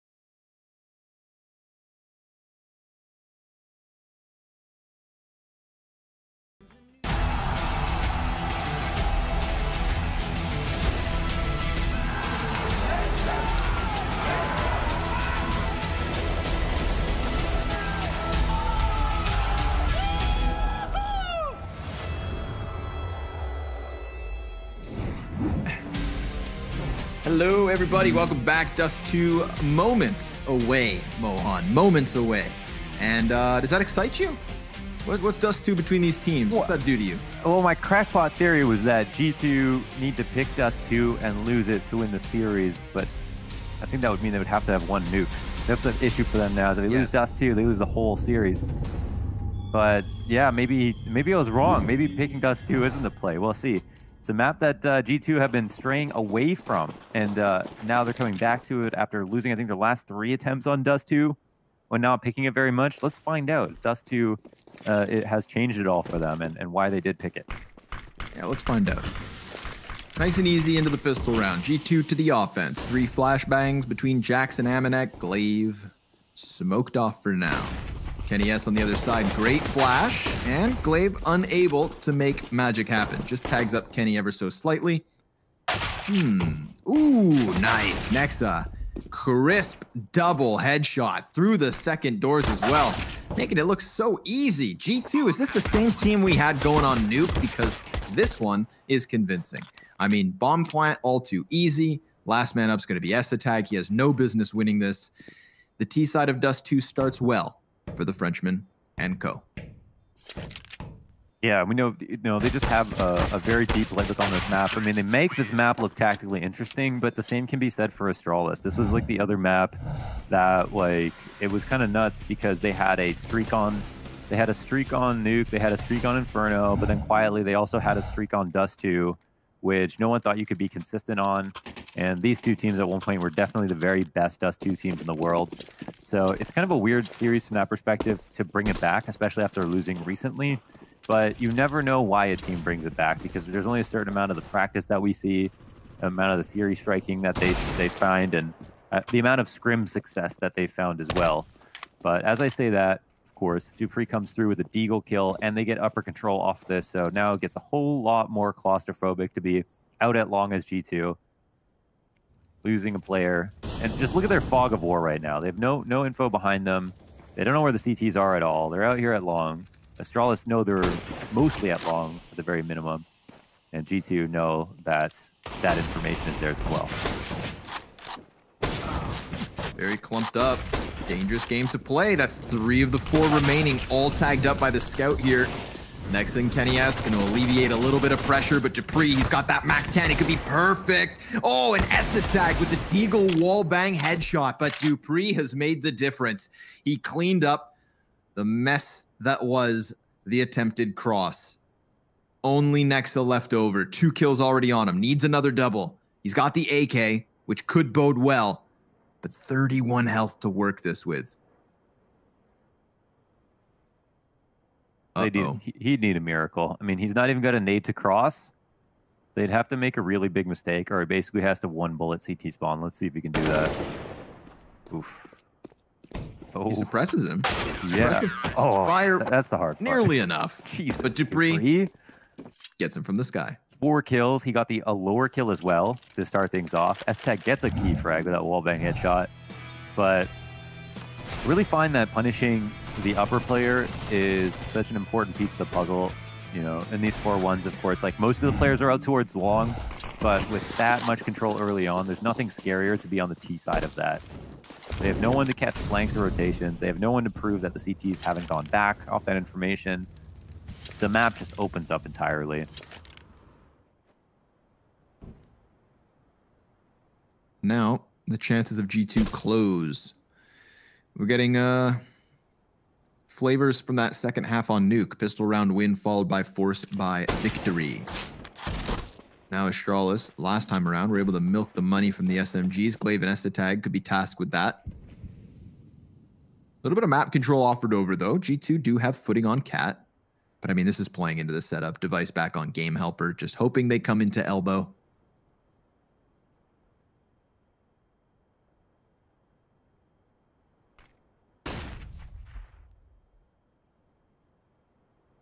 Patient gameplay.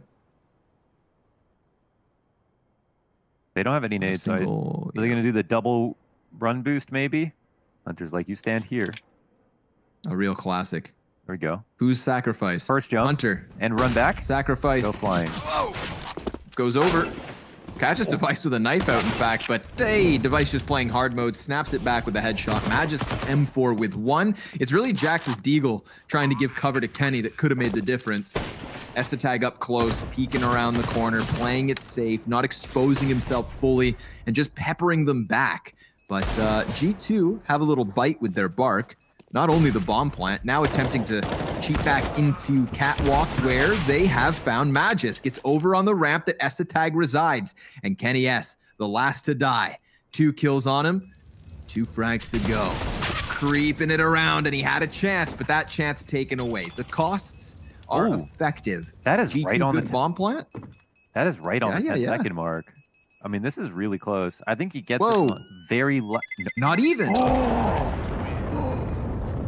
Talk about cost effective. They robbed the round with the bomb explosion. Too close to call. Astralis, a little short. He couldn't find the bomb. It was like out there right behind single box, but he thought it was a long flat plant or a cap plant and ran there first. And those precious few moments. That's what made the difference. A nice clutch there from Kenny S. After the victor goes the spoils. He's got the op now. Towering above Device with just his puny little scout at mid. Hitting him either through the door or in the leg, not sure. But controlling this area. Well, that's one way to get back into it. They had no grenades. They had half armor pistols on that cat exec. It's not supposed to go that way. Not at all, man. Not even a flash. I mean, there's times where you don't even get past the first box. But I mean, Device did give him a little bit of room there, caught with his knife out. Still, I mean, it really does boil down to just finding bomb. Interesting back and forth affair to begin Dust 2. Remember, playoffs on the line, so maybe G2 fighting for it. Aminex Mac 10 sets up shop. Magisk dies first and foremost. He's going to be replaced by Glaive, who wants that M4. But Aminex, he's watching it. Just saw it get sucked away. Not that he can do much about it. Glaive could flirt with the idea of sticking around here, but in the meantime, G2, they're going to go for this mid split. Knowing that he had moved forward for the gun means that nobody's probably watching mid, and sure enough, they're right. It's a flawless B split in the end, circumventing the minimal threats of these pistols. Dupree and Device probably just wanting to hang on to what they hold. Yeah, well, the mid Bs are looking good, very sharp, picking good options, and the recycled guns are going to be a bit scary for G2. I don't know if they go and try to hunt down people, but it seems like, yeah, Amnak is going to be quite liberal about it, just running around through spawn. He started to slow down a little bit. Estetag is probably just going to be a victim, and it's less about taking down the Deagle and more about the $600. All about money in one way or another. It is all about money at the end of the day, huh? Unfortunately. Okay, Scout is down. And the M4, still up for the moment, trying to hide. He'll keep it. Okay, that means something. We saw the play that Dupree made into lower on that second round and what that did for Astralis. The one round they've won. What's interesting is actually, wow, they're buying behind the M4. They actually bought down to 0 behind the M4 apart from Device. Guess the money was kind of in an awkward spot. That's interesting. They could get bullied for it too, you know, coming in with some kind of a buy, but is it even going to get a chance? Glaive, he connects a good scout headshot, coming back in for a second, but Nexa alleviates the pressure from behind. There will be a second player and Device to take over the tunnels, but with that nade kill, they see the route open forward. So sure enough, another volley of utility there, frag, flash, it's enough to push them back. And Astralis, giving away a 4th round and still in a shaky economic spot. Yeah, people are buying a lot more often. Like a delayed start, man. You notice that with Heroic as well. There, people are just like buying through until they can actually afford the full buy. The absolute state of things. It's going to end up like Valorant, where the economy doesn't matter.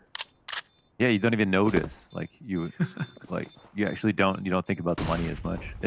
It's weird because on the one hand, the old economy had its own problems. Like when we'd cast a game, it'd be like 7-1, but it was because of one rifle round. It was like, you know, and then they get reset after losing the 7th round or 8th round or whatever. was kind of that wasn't fun to cast either. So like on the one hand, I'm like happier that you can't just destroy someone's half with one. And sometimes it was literally one swing trade that would win the round and then destroy a half. The double save, yeah. And then you'd go, 13-2 half or some ridiculous scoreline because they won a couple of key rounds. And then the other team would do the exact same thing in the second half. Like it almost destroyed all the narratives. I don't know. I didn't think that was fun either. No system's perfect, but the grass is sometimes greener on the other side. Maybe we revert back. Maybe changes will happen. Maybe we're all out here just trying to make you happy, Mohan. But Kenny S, a happy camper. Yikes. Emphasis on camper, as he is still sitting in T-spawn. But the headshot through the door is worth it. One of the two scouts dropped for the moment. It is picked back up. We sit in the 4v4. G2 with time.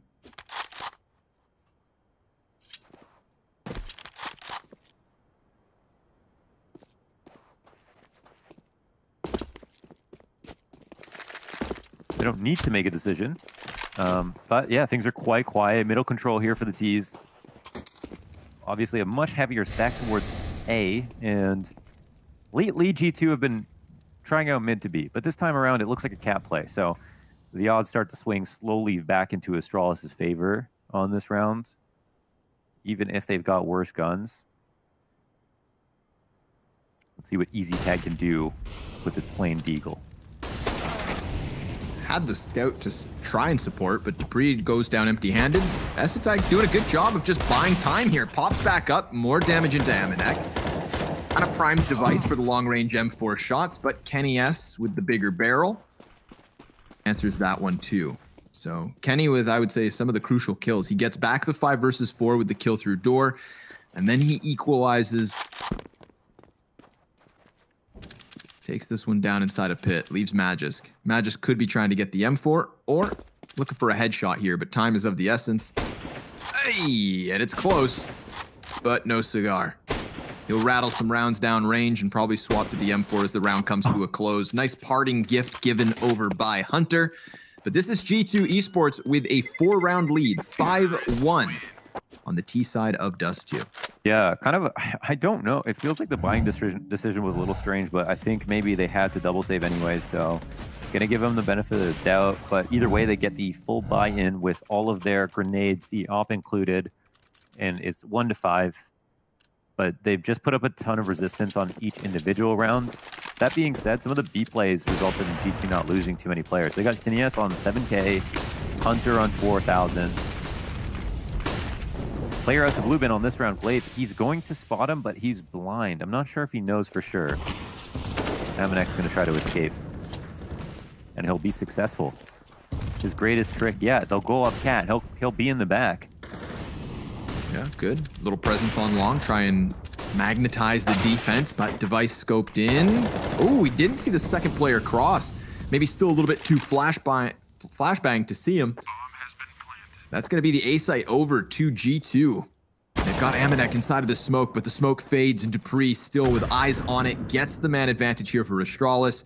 However, all of G2's players trying to creep back into cap, but they're not fast enough. Kenny S is quick for the flick into Magist, and back here for second servings as Nexa comes in from middle, cutting off the tail end of it all. The CT is now in a bit of a pickle, but they're on top of bomb. And Kenny, he's gonna have to swing. That's right into the play of Glaive. Nexa, all that's left, kills the player on car. He could jump and stop it, but it's so close. And G2 using Nexa in the sky to deny a second round for Astralis. Glaive's not allowed to be mad about that. I saw him do that the other day. Okay, so Nexa, he does what he needs to do. There's no other choice. He has to jump and shoot. And there was a series of lurks that worked out well here. Estetek could have obviously delayed a couple more seconds, but he thought that was a wrap. Glaive halfway through that defuse, and it was supposed to be over. Things are working out quite well right now for G2. Some close calls, the 1v2 clutch from Kenny S. This round where they get the jumping headshot and the guy planting for cat. Longtime rivals. Kenny S played first play against Dupree at Dreamhack winner 2012.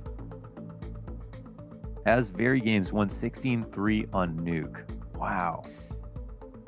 Remember when the world was supposed to end in 2012? Coney 2012. Good thing it didn't. 8 years of Counter-Strike. Whew. It's worth the wait. Just to see Dupree and Kenny S still go head-to-head. For real. That's amazing. We got some history. That's cool. That is awesome. So Astralis now back to not having much, right? They're going to be half buying with pistols again. It's consistently been scary for G2. Oh, that was cute. Very small angle. Just a couple of pixels for a device to work with. Up on Cat, over top of the box, waiting for that specific boost, but not hitting the shot. Even with the print stream. Even though the print stream powers up your deagle, you couldn't hit the shot. You say that with no bias as a print stream owner yourself? Oh, a stat track print stream owner, okay? And I spent a lot of money, track. so I'd like to be able to talk about it as much as possible. Sure. Yeah, fit it in. Yeah. I'm sorry, what deagle do you have? Pilot. Okay. Pilot your way out of this Flashbang for conversation Cat. then. Jax. Hey. Device to be challenged here. He falls off. Good grenade. Very good grenade. Had some zest on that one. No, I don't think it's going to be enough of a grenade to convince G2 not to come back to this A site where they have been having fruitful endeavors. Glaive with a headshot into Jax, though. That could maybe turn your attention elsewhere. Or is it a beckoning call? Revenge, perhaps, if Nexa can walk outwards. But Amanek, he's going to go through middle first and foremost. These 2 CTs in their spawn. A third frag coming in, this time to Nexa through the side of the smoke. That late Cat emergence will serve as G2 diverge for the most part away from Amanek. He's left to maybe hunt these B players, but it's a good round from G2. Squeezing the clock again, Launders. Yeah, it's 5 close. seconds to spare with the plant, but it is Astralis kind of getting picked apart here. This is good. I'm happy it's not the flat-footed G2 that we saw on Nuke. They came into this T side, and it's going well thus far. Yeah, I mean, they're great at reading rotations. I really like how they do fight into CT spawn instead of smoking right away. And just take those fights from the A rotators that were up on Cat originally, they're trying to pressure Astralis into doing what they'd expect because Astralis just have pistols, so of course they're going to run around a lot. And if they had smoked it out and gone B, there's a chance of getting shot off the top of the smoke. There's a chance of them running through the smoke and getting something lucky, or players pushing out of the door at the same time as the CT smoke pushers, and just making things go haywire. But instead, G2 just leave it open. Fight from that distance, take him down with the AKs, go back to Cat. Pretty cool play. G2 7-1. Double ops setup adjustment here for Astralis. They try to figure out what the hell is going on. And honestly, there's just been a couple of misfortunate rounds, a couple of very close calls. Overall, G2, I mean, they're just doing their part. Looking pretty good. They're doing them, and it's good to see. Playing their own And maybe game. coming back to Dust 2. It's the name of the game. Inside of middle yet once more. Glaive trying to hold it back. You will find Hunter crossing before the smoke, but can't quite finalize the frag. Amanek getting an entry onto the B site puts poor Magist into a real hot spot. But Glaive's able to get back into the equation. Magisk may think that Tunnels has not been pushed, but Amanek's already on the platform, so that's soon to be an execution, and it leaves it all on S to tag. He's chasing down Kenny S with an op in hand. Close combat sniper shots seal the deal for G2. Is this the same team that was playing on Nuke? Are we certain that it is the same 5 players? Because man, this is just a masterclass here on the second map. Again, let's take a look at their Dust 2 because they just have not been playing it much at all. And we all know that this is a home map for G2. So just to recharacterize this, 7-game loss streak leading into endpoint where they're able to win. And just looking at some of their matches, they didn't play D2, or they lost D2 to Big. And then that's the only time they even played D2 recently of those games. So this is their way of changing things up, and it seems to be working out quite well. It's a cool back pocket map to have, knowing how good they were at one point, and maybe a break is all they need to get some fresh perspective on what to change. Oh, Tag gets spotted. I was hopeful that someone would walk into the CZ, but I think you are right. You're onto something, man. Sometimes you just got to walk away from a problem, come back at it on a different day. maybe ask Maniac about this, because I found this phenomenon when I used to play StarCraft, where if I'd play a ton, like for a year, get to the point of frustration, I guess maybe you could call it burnout, and then I would be unable to like get to the point where I could feel innovative or sharp in playing the game, and then I'd take a break. I'd quit the game for like 4 months. I'd come back, and even after having to unrust, I'd become better than I was before the break, even though I played way less, just because I took some time off, and that happened consistently over years. Sure. It's that magic ingredient of enjoyment. You know, yeah, a little fun goes a long way. Ooh. And right now, Astralis having fun with the Deagle, or 5-7 rather. Essetag did not take that kill. Long range. Glaive over the shoulder stole it. M4 and an op is what they've picked back up. G2 with the bomb plant. And a strong post plant as Nexa loses half his health to the frag grenade of Magisk, but gets his sweet revenge. Guns him down as Kenny kills Glaive. A 9th round for G2. We are 10 rounds deep. We've got Nexa sitting pretty at 14-5. Kenny S 11-3 just behind him. Stars aligning for G2 on their map pick. Series starting to deliver. After Nuke, man, it just didn't feel like we were going to get much life out of G2. We were kind of poking them with a stick and hoping they'd even make a move. Well, they have bit back. Yeah, it was like the first 10 rounds were compelling of Nuke, and then after that I was like, But we are definitely playing Counter-Strike now, folks. B hit, big B hit, Dupree. He's got Magisk to give him a helping hand for only a quick moment. Nexa's already taken the man off of middle, so Dupree knows he's all alone. Gets the first kill, a second one up close. Very good from Dupree, but not enough to stop the bomb from being planted. It's Essetag and Device on the retake. 2 versus 2. Essetag already inside of the windowsill, setting their crosshairs offset, but Device wasn't quite ready to come in with him, so it's 2 separate engagements, 2 separate 1v1s. There's Molotovs, smoke grenades, Molotovs, smoke grenades. The guy just can't get in, and once he finally walks inwards, it's Nexa holding his own. 10 rounds for G2, and we're only 11 rounds deep. Well, that wasn't a very Astralis-like 2v2, was it? They had the... Not at all. Not sure. I was going to say, oh, maybe Essetag... Maybe Device didn't have nades, but he did. He had a smoke and a flash. So they could have at least flashed over the site. It wouldn't have been heard. And he was far back. Honestly, it's very weird. Essetag running into window faster than he did to Cloud9. Wow. Wow. Owen Wilson. Wow. Okay. That's good. That's Zinger. Aggression.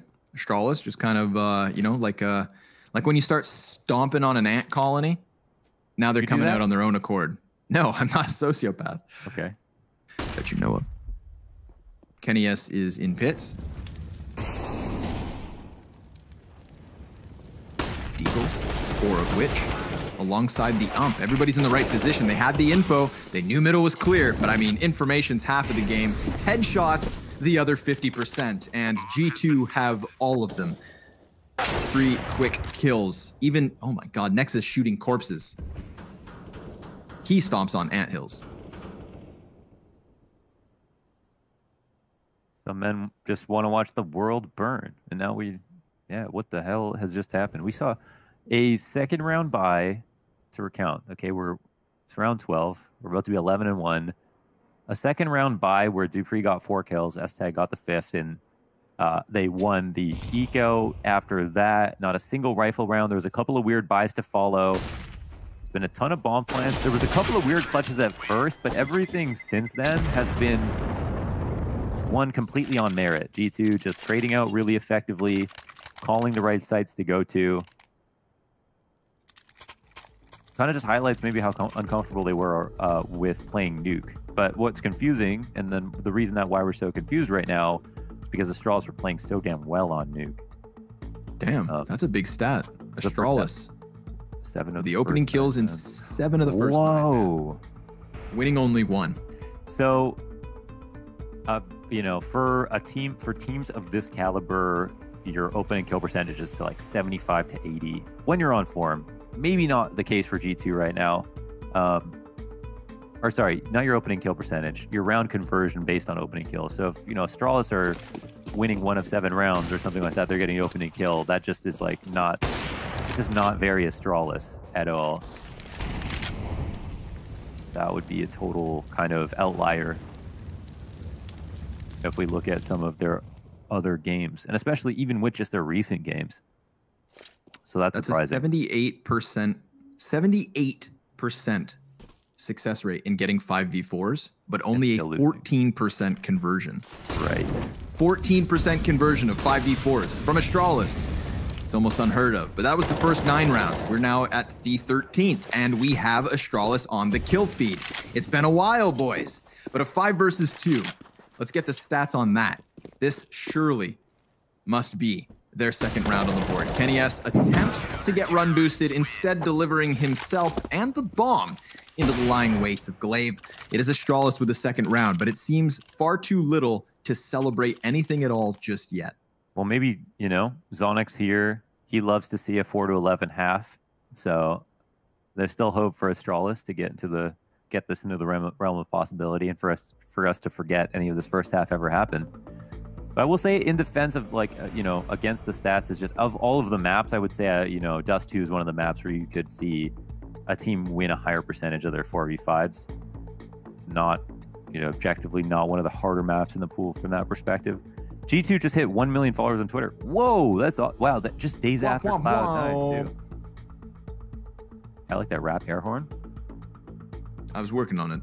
I think I need a soundboard. You are the need sound effects in here. I am the soundboard. Right. Thanks, man. You really build me up. Know how to push your buttons, Mr. Soundboard. Lob shot through middle. Zings by. Doesn't make any kind of contact. G2, 2 rounds to close this half. Come on, shoot for that 13-2.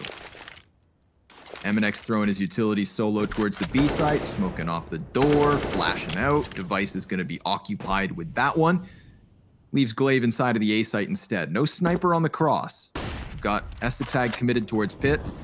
And Glaive here now in question. That second flashbang fully blinds him. He was looking to stop them, but now, well, they get real close and personal, and still he manages to hold, as long as his back is not susceptible to the push, which it isn't. Estetag deep down range, supposed to maintain this long control, but Glaive still fumbled by the players on the bomb site itself. Magus takes his place, creeping up the ramp, right into the shots of Amanek, who delays his kill, so that Hunter has to finish that one off. Now, there is a health advantage for the 3 players of Astralis, but they're blind and dying.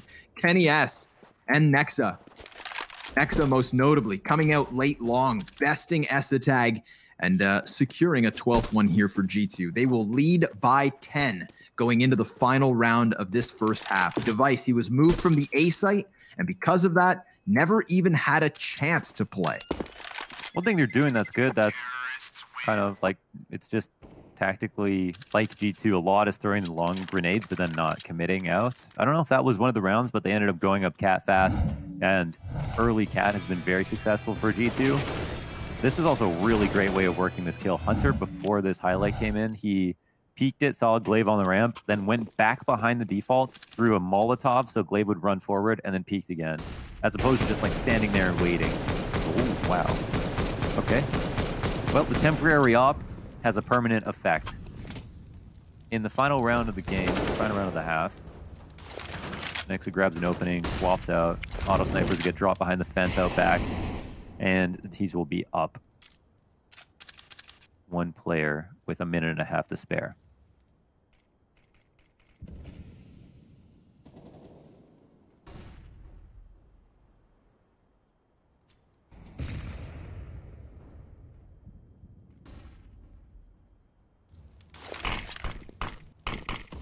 Looks like mid could be the next point of contest. So they missed the hinge smoke. Yeah. How do you miss that one? That's not allowed. Uh-oh. And that's what you get. Come back. Yep. There's the price tag. Estetag with the headshot onto Hunter, but that does open up a world where Jax can just sprint right by. Considering his team has 12 rounds, he's got 2 kills. Jax looking to do something by the end of this first half, and he will. Takes over control of the CT spawn, really compromises Estetag's position. Then that duel unfolds towards long, but with Jax being in CT and his 2 teammates in mid, just divert towards the B bomb site. That's definitely the play. They're going to try to challenge Device. As his teammates fall around him, he could stop bomb. Kenny S with the drive-by Tech 9. Gonna plant that, and Magis is left to clutch. Nothing to lose here in the 15th round, but not much to work with. 2 flashbangs and the AK up. Jax could walk into this separate 1v1. That would put pressure on Kenny, but they've got double Molotovs. So Magis, spotted as his shoulder rounds the corner. A flat attempt in the clutch and a flat first half for Astralis. G2 in absolute control. Join us after the break to watch the end.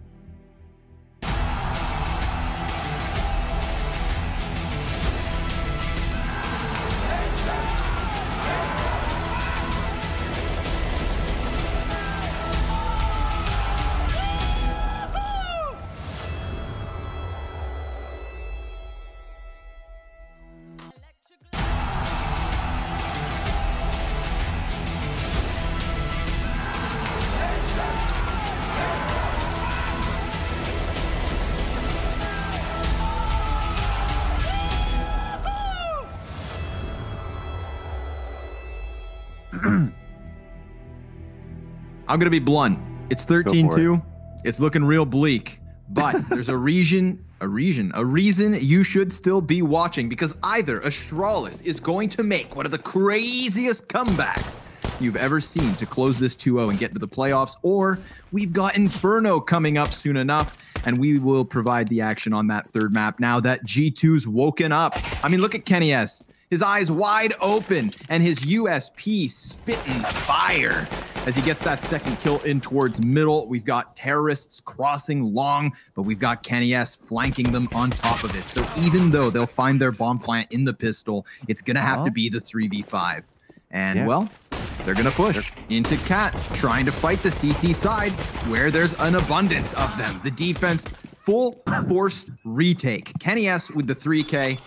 And I'm going to subtract one of the reasons as to why you should stick around.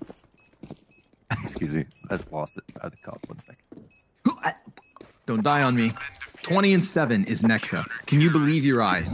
What a turnaround from Nuke to Dust 2.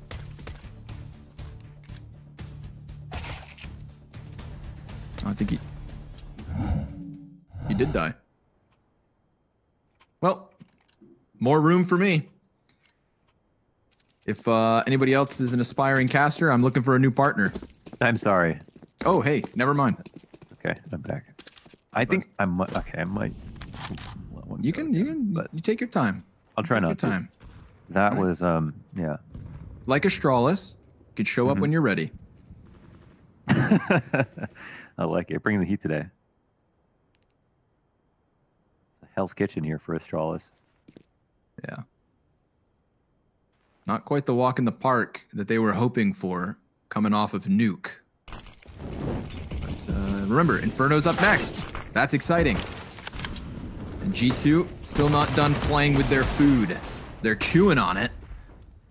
It's still trying to escape, but it's very much caged into middle right now. All of these T's kind of stuck in no man's land. Luckily, they had one more smoke to pop up on CT spawn. That denies Nexa any part of this equation, but it's still a smash into the B bomb site, and smash it is the other way. G2 sustain and brave the assault. 15-2. Let me say that one more time. 15-2 after that blowout on Nuke. 13 map points. And listen, on this 7 series loss streak, they haven't had a single map that has been this one-sided. And they also have not, and they've only lost the few times that they played Dust 2. So that should get you excited about Inferno if that's what's to come. Their last match was a loss versus Ents on Dust 2, and they're about to beat Astralis 16-2 here, potentially. Something's happening. Something's happening right before our eyes. Ooh, device. Goes for one, gets it, attempts the second. No. Nexa denies that one. But it's still an opening, and the scouts in abundance. Estetag and Dupree hanging on to them. Bomb's going to be trying to work its way out middle. Be cautious, Clave, as Hunter lies in wait. Don't want to lose that bomba. Not too many nades to go for some kind of retake. They have the incendiary on Hunter. That could play a key role. But Astralis haven't made up their mind about going up cat just yet. They're still spreading the map. Focusing down on mid a little bit more.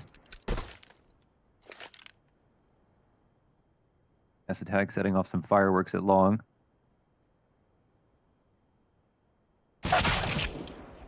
And there's attempt to lurk. Yeah, gets shut down. That's one of the 3 scouts in play taken down, but Glaive. He's gonna get wrecked by Hunter, traded it back by Magisk, who now finds himself alone. And he's not just alone, but he's got 19 HP, no bomb, and 20 seconds to go get it. Amanek in the back of the bomb site. He will finish this one with ease. 16 rounds to 2. I don't understand how it happens. You don't understand how it happens, but it sure as shit just did. That is a blowout, and I love it because it actually primes us for an awesome 3rd map. You know, Inferno was never on the docket after Nuke. This was going to be the 2-0 series. Everybody felt that way. I'm just the guy who has to say it. And now we actually have something. This is G2 versus Astralis. It's a matchup that's supposed to deliver, and G2 just turned heads by bouncing back after the first map. So let's just cut it. Let's go to the analyst desk in between, and we will see you guys for Inferno.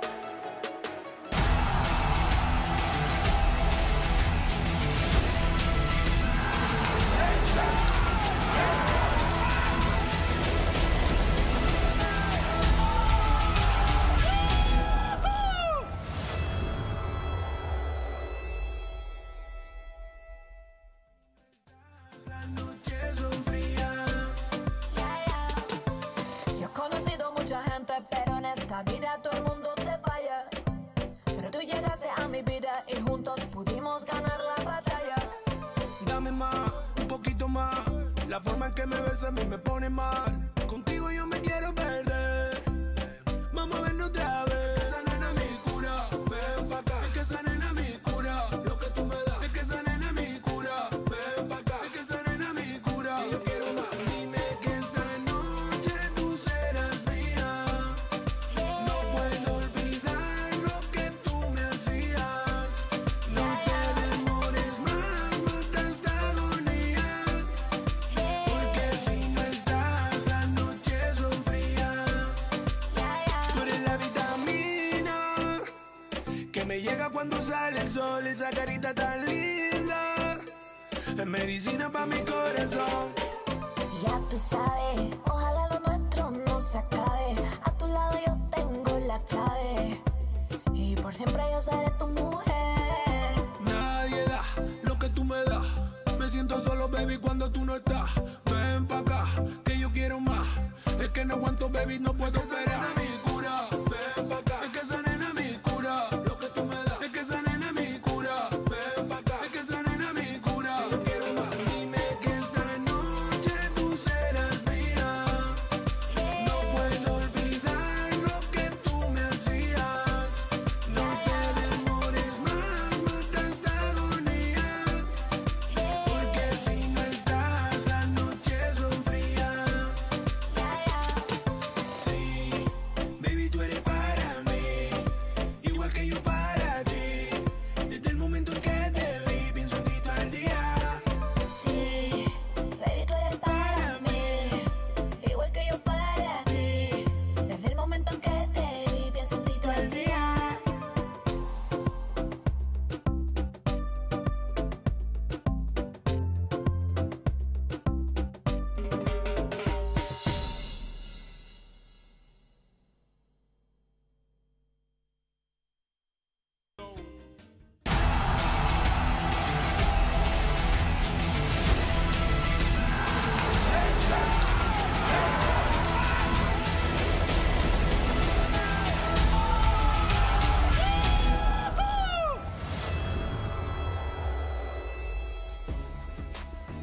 A series that continues to deliver on every level here at Dreamhack Open Fall, and a complete 180 from G2. They sweep Astralis off their feet and steal Dust 2 in a clean 16-2. Maniac, a complete turnaround from what we saw on Nuke. And G2, they kickstarted it with a flawless T-side, sorry.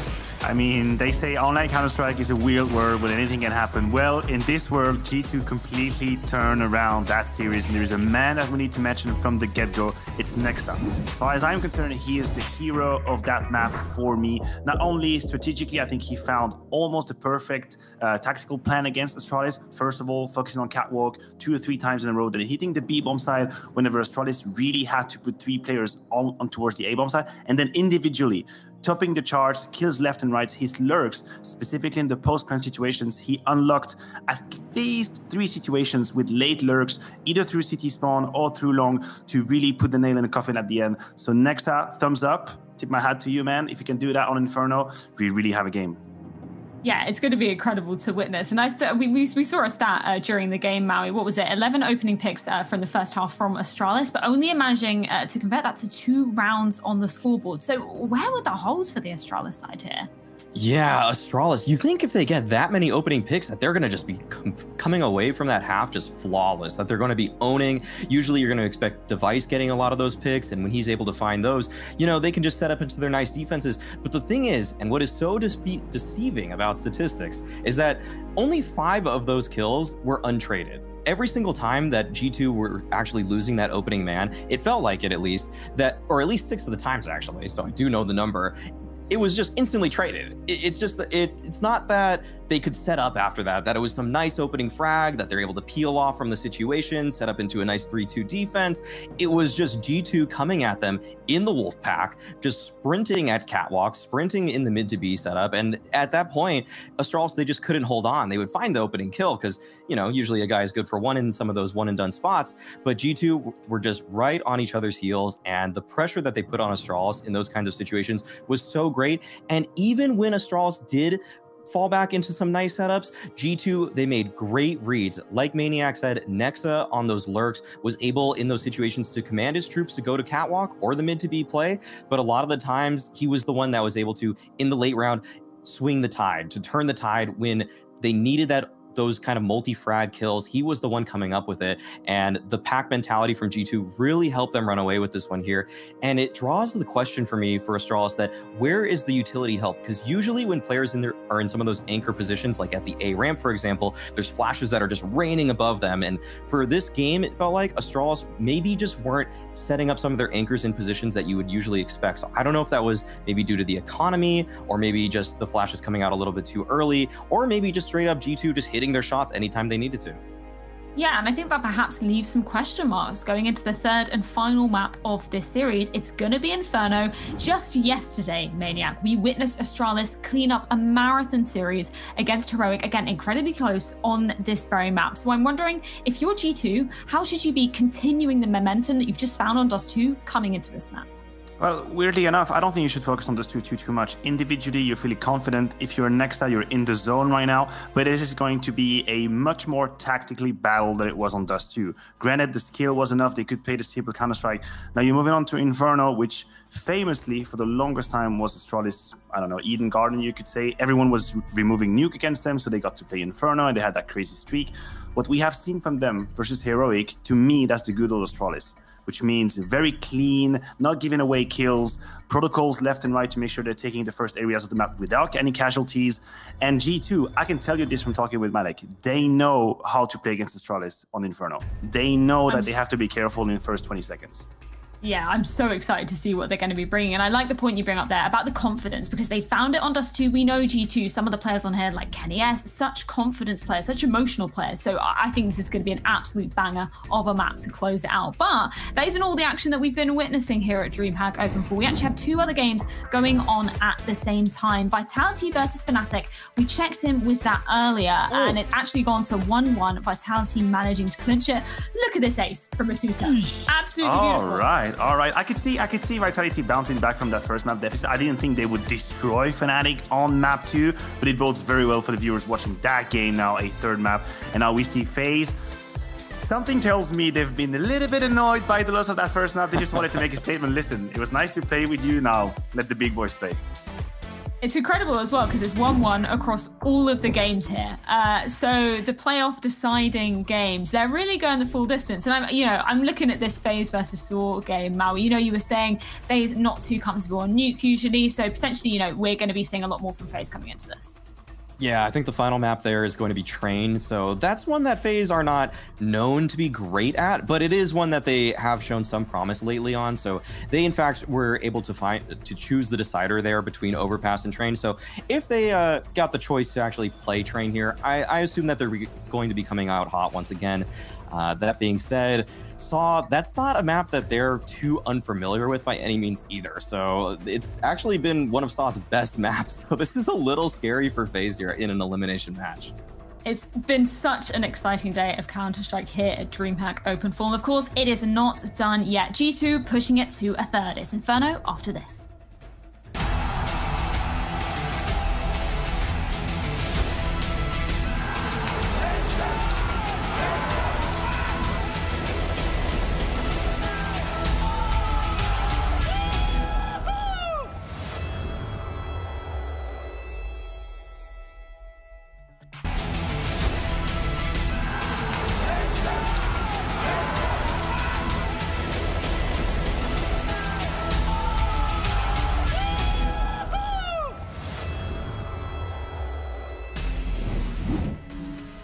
Hello and welcome back to the second best of 3 of the day here on the A stream. It's Scrawny and Launders, it's G2 Esports and Astralis, and we're still not quite sure what happened on Dust 2, but Mohan, they bounced back.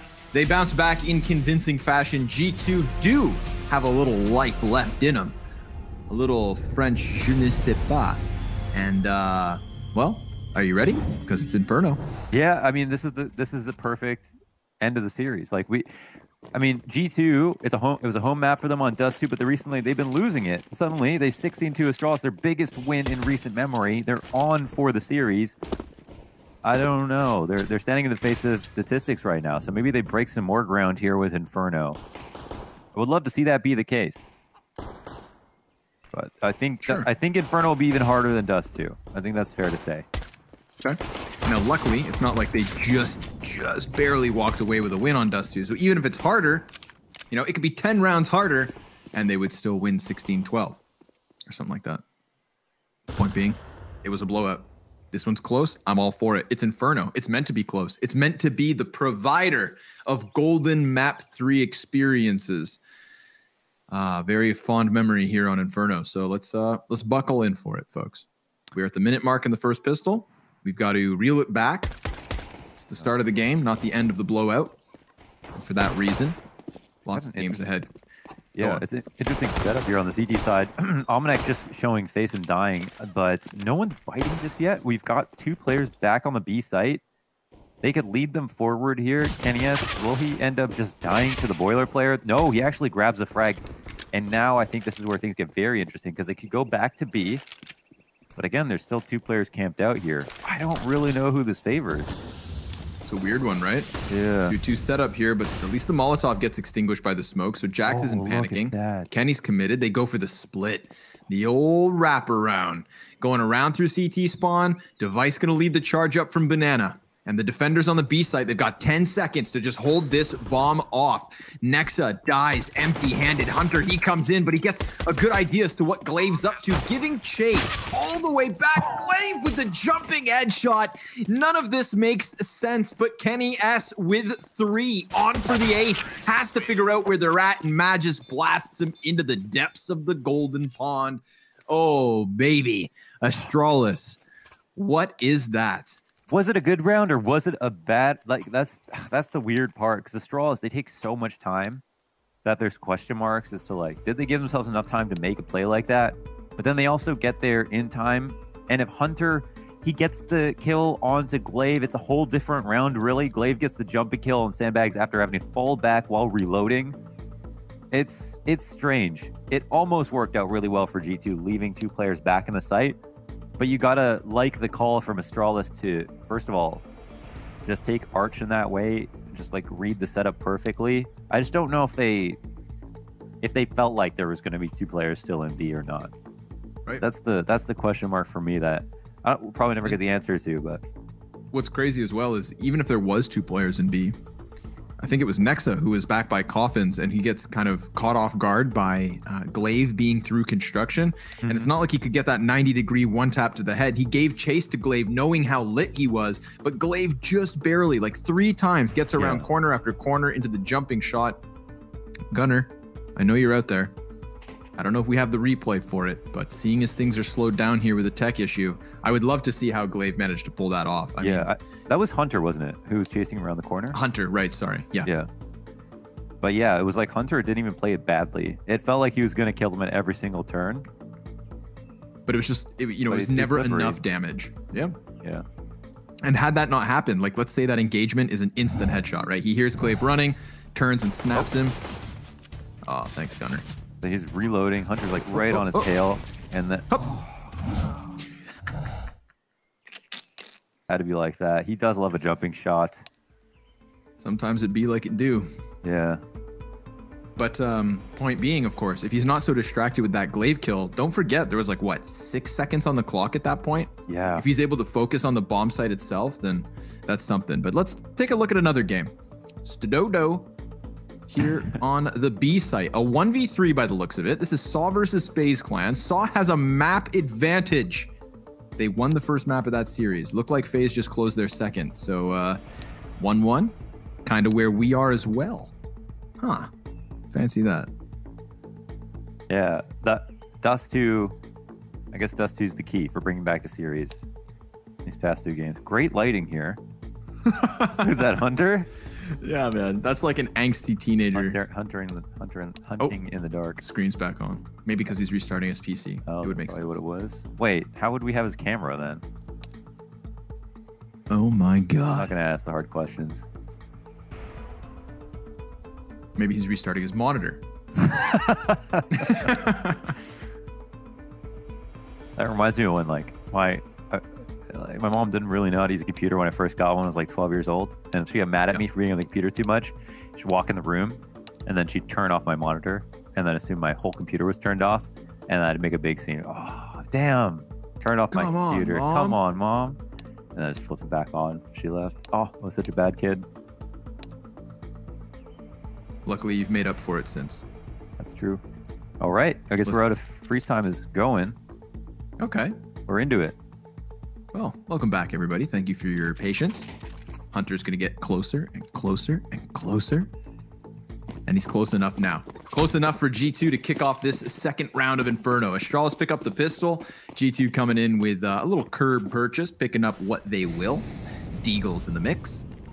But obviously Astralis gunning for that clean start. We've had some back and forth rounds after pistol round wins. So, that was always going to the favor of G2, or rather Astralis. After G2 picks up pistols, let's see if they can do it to them.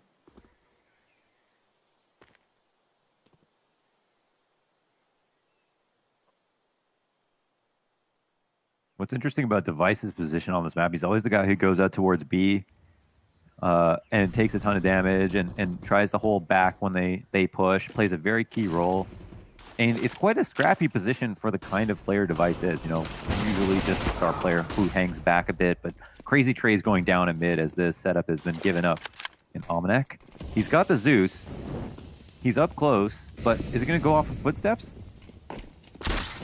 Oh my god, imagine. That was very close. Good try. Just a little, that's a hilarious perspective from the T's coming around. There's just this fancy shine of light. UFOs perhaps inside of smoke, but connects to nothing. Kenny S also trying to go with the glass panel wall bangs, but not lining anything up. Goes back in for the fight to Device and wins it, in fact. 1 HP to spare here. Man advantage even. So Astralis going to have to buckle down. Magisk with 2. S the tag the easy third. And Astralis will convert despite losing 3 players. What will be the buy? Kenny S on 4. And is Kenny S on form? How did his Dust 2 go? I feel like we did see a lot more confidence from him in that last match. In the last map, excuse me. And on Nuke, he had like 1 good round, but it was an overall stomp, so I'll not look too much into that. Kenny S was second behind Nexa.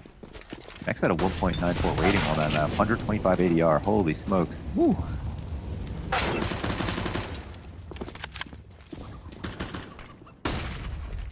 And Kenny S, 1.68, 97 ADR. Everyone was really fragging, especially the top three. Kenny S, Nexa, Omnek. I told Maniac they might come back, but it won't be because of the Frenchman. I was wrong. It was all about the Frenchman. Yeah, still Yes, wrong. sir. Well, not Jax. Jax did still struggle in that first one. I think he's at 1 and 7 in opening duels.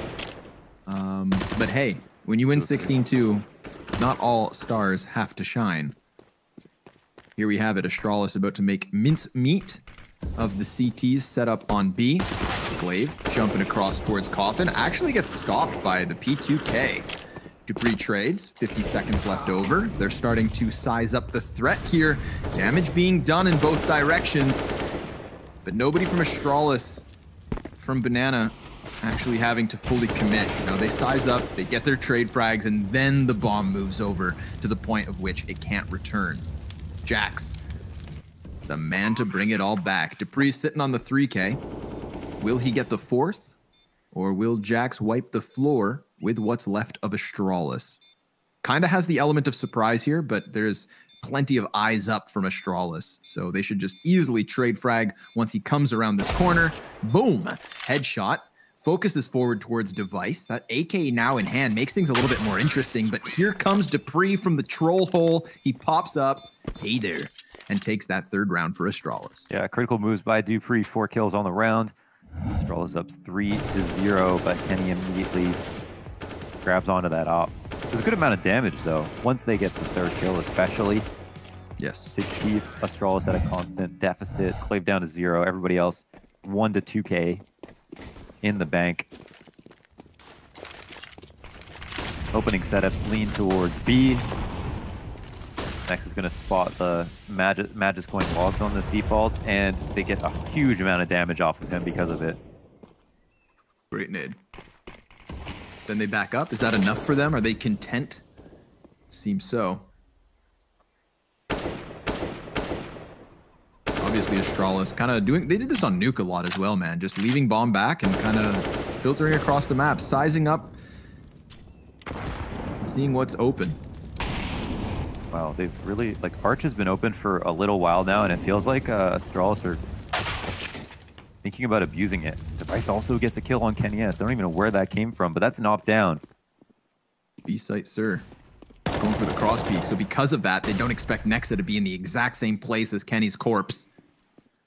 Now that bomb's being called into the action, but with the kill and the 50 seconds left on the clock, they're going to divert because they found that arch play, which, as you said, has been open for so long. Despite them kind of being timid with the idea of rounding the corners, now's their chance. Hunter patiently back in the little pit, still gets found out by Esatag. Now Jax eats a grenade and then some. 42 HP left after, and he's killed. Esatag's doing good work, but here comes Nexa. 2 crisp headshots out of Library. Good thing there was a 3rd player there. Esatag has 3 kills in the round and then picks up the bomb to get the plant. This pushes the clutch onto Amanek, and seeing as he has Kenny's op, Kenny's telling him to save, which he'll have to. A 4th round for Astralis on this T side. Yeah, there was a very heavy lean towards B. I mean, they did call out how much Astralis committed over there, and the only reason that they got the kill on Device was because of, you know, Nexa not being, or Nexa doubling up with Kenny S. So on the one hand, it's a very strange round. On the one hand, of course, Astralis abused the fact that they opened up Arch, but I feel like Hunter, I didn't see it from his perspective, but I feel like he wanted to take the duel from Mini Pit on the player peeking around Arch, and then just lost to Glaive. That made things a bit sketchy. Nexa does his best to bring it back. Overall, kind of a hard round to call from the perspective of who played it better. There were positives and minuses for both sides. There was S-tags, yeah. So like Hunter's waiting for that. You know, he has no other job really, but still just loses the duel. So it's kind of like they left it open, but at least they knew that what they were dealing with. And Nexa did come back in time to make sure no one was in CT spawn. So they had some options covered, but they still lose the round. Astralis 4-0, and it's a force up for G2, half force, that is. Trying to put some stilts underneath Kenny S here, trying to keep him up and standing. Sometimes on rounds like these, you know, we get that really fluid Kenny. He'll go for the left-right combo, hit you from mid, fall back to B, but he starts off patient right from the gates, and wow. Hey, it works. Yeah, I think what happened just now is Amanek was sprinting out of the bomb site. Device peeked around the corner to try and catch it because he was very clearly stomping. Kenny S is ready for it. So Device was expecting an easier fight and no scope in on him. This does actually facilitate the 4-man pistol stack at the A site. It's the Kenny S show towards B. And currently there was no one, but you can see Glaive starting to work back that way with bomb. Astralis currently split 2-2. Vice has been taking a ton of liberties on the way he's been entering B in these past couple of rounds. Oh, Kenny. Oh man, that almost looked like a collat lineup. Instead, it'll be Magus to be the beneficiary off that peak. That's the op down. I don't know if they take this for a Device in the following rounds or they just keep the 5 rifle setup going now, but nightmare situation for the CTs. They got Beagles, but they're all in retake spots. And they'll, again, just try to get some damage in before this round ends. I wasn't sure for a moment whether we saw Astralis go back to Banana just to throw some flashbangs so that Kenny would call for the pistols to come help him. Oh! Did Hunter just get that off? Yes, he did. Man, it's got longer arms than me. Sneaks in and steals it. And does he exit with it? That's your question. No, sir. Esatag inside of the smoke will find him. So Astralis, a flawless start. 5 rounds to 0. Looked like Kenny S was going to do something, but Astralis didn't quite fall for that 4-man stack. And once they brought it back towards B, Magisk just bests Kenny with a very crisp AK headshot. And once that happened, it was always stacked against G2. So we find ourselves in a pause being called. They need to find the solution. They need to get on the board. These Zoomers and their rifles. 56% of Kenny S's kills this year have been with the AWP, compared to 44% in 2013 and 50% in 2014. What about 2015, 16, 17, 18, and 19? I was curious about a couple of those middle years too, but that is interesting. Because that's when he was just like running a tirade, basically, you know, always opping. Every highlight was an op kill. But yeah, interesting. Opping even more. Yeah. I think things are just a bit more defined on some of these maps now. Saving for the op. People saving 4 ops for Kenny. And yeah, when it's part of the plan on certain CT sides, they just are not going forward unless he has one. Yep. So less compromises that happen now, I guess. He's committed to the craft. Yeah. I think he's earned it, you know? There was times where he'd have to play with a rifle. Now everybody knows Kenny S is pretty damn good with a sniper.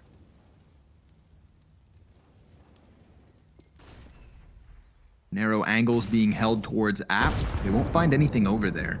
Man. Ooh, or do they? In fact, Dupree, where's the? Oh, okay, yeah. Another great nade to the logs on Magisk. Hunter, does he get this kill? That's the question. Instant dink off onto Dupree, and it'll upgrade into the cheaper but more powerful AK. Looking for a spray. Esatag takes more damage than Hunter, and their upper player. That's fine. Good kill by Kenny S as well. And now the bomb will scramble back to sole remaining teammate of Device, who's been entering B quite often. Ouch. Oh, that this nade hits hard. Beautiful. Yeah. Oh, it's just all over the place, man. Poor Device. Amanek just back behind the site, eats a flashbang for the time being. 2 T's in front of him. One over the top. Kenny S throwing flashbangs and really making this one easy. Device, because of that utility, is on 17 health, but he crosses paths with Nexa, shoots him in the back of the head, and tries to get one over towards New Box, but Kenny comes in with the op and G2 on the board. I would love to see that first kill because I really didn't think Dupree was going to take a duel from Boiler to Balcony, but he made that one work. Mm-hmm. And Kenny S then doing work, shut down everybody else. Yeah. That was Hunter, and he was inside of the halls in the corner and waited for Dupree to come and clear stuff out. And no, he was in the halls. Yeah.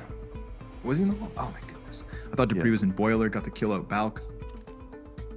My eyes deceive me. Too many monitors, too much action, too much octane in this third map between Astralis and G2. Yeah, this one's a confusing one. It doesn't feel like they're they're both playing. Can't put my finger on it, but it feels like Astralis are playing a little bit different than they normally do, and the same can be said for G2. But I'm sure a lot of stuff is changing for G2 right now. Either way, somehow the money's been destroyed for Astralis. They are looking to even up, but yeah, I mean, I guess even though Astralis won 5 rounds in a row, on 4 of those rounds, they only kept 2 alive. So they're constantly at a money deficit. Good chance to recover.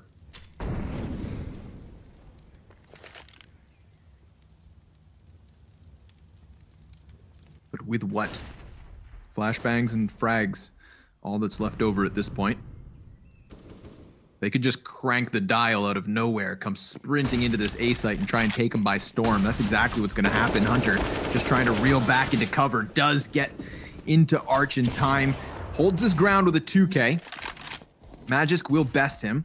Now a second AK picked up here for Astralis and the Deagle trying to do some damage, but it's Nexa inside of the small pit.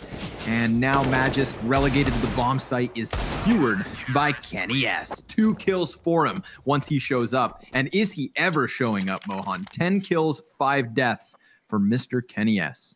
Yeah, Maui said it. Oh. The hands are getting a little hotter. Oh my God, rain? Rain? Whoa. Rain?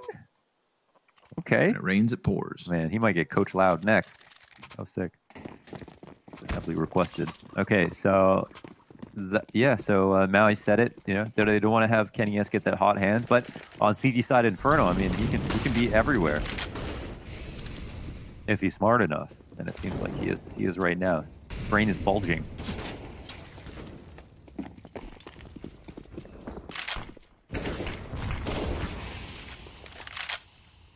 Starting to give a bit more attention back towards Banana, but man, G2 have really kind of forfeited control of top Banana. It's true, yeah. They're playing it like just trying to get the info for the grenades and then falling back. The only thing that's good about that is that they're at least making sure to get damage off before they fall back. Okay, this is a full XP coming. Oh, and a great flash. I mean, they turn from the first, but not the second. The 2 trades come in, and now, I mean, it's basically a save. You just don't even go for this. That's a wrap. But yeah, just like you're saying, they spend a little bit of time there, but not too much. And I think Astralis do feel like they're able to get up to Car so easily. Why overlook that opportunity? Why don't we try and execute? I think the weakness of such a setup, however, is that in a round like this, where Astralis aren't coming in with everything, well, they just stampede right in. They get up close and personal, and it's all good. No warning sign, really, for G2, you know, playing behind those smoke grenades. It's not like Astralis were pummeling them with obvious frags. Dupree with a parting gift. A late-night kiss to Jax. Takes his weapon away. Leaves Kenny and Hunter sure enough to save. But will it be enough? Yeah, it should be. It's going to bottom out the bank accounts, however, of G2. So the economy stringing and relying on this 9th round. Astralis leading by 4, 6-2 on this T side of map 3. Not quite the blowout we had on Dust 2, but G2 still have some life in them. You can see it. You can see the flicker.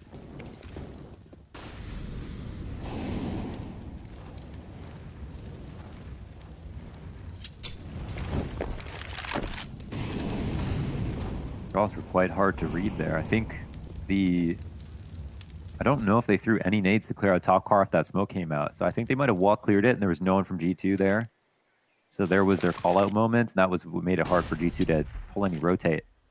We saw previously G2 were playing 3B for the first 30, 40 seconds of the round. That helped out a little bit.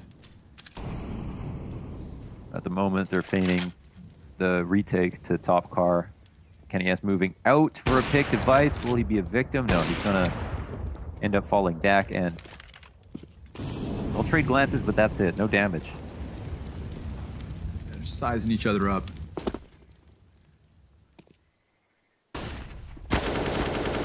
There's the fight, though. Device denies Nexa. There was an attempt there for the flashbang, but Device dodges it. Sends one back the other way. This is going to keep G2 split 2 men apiece.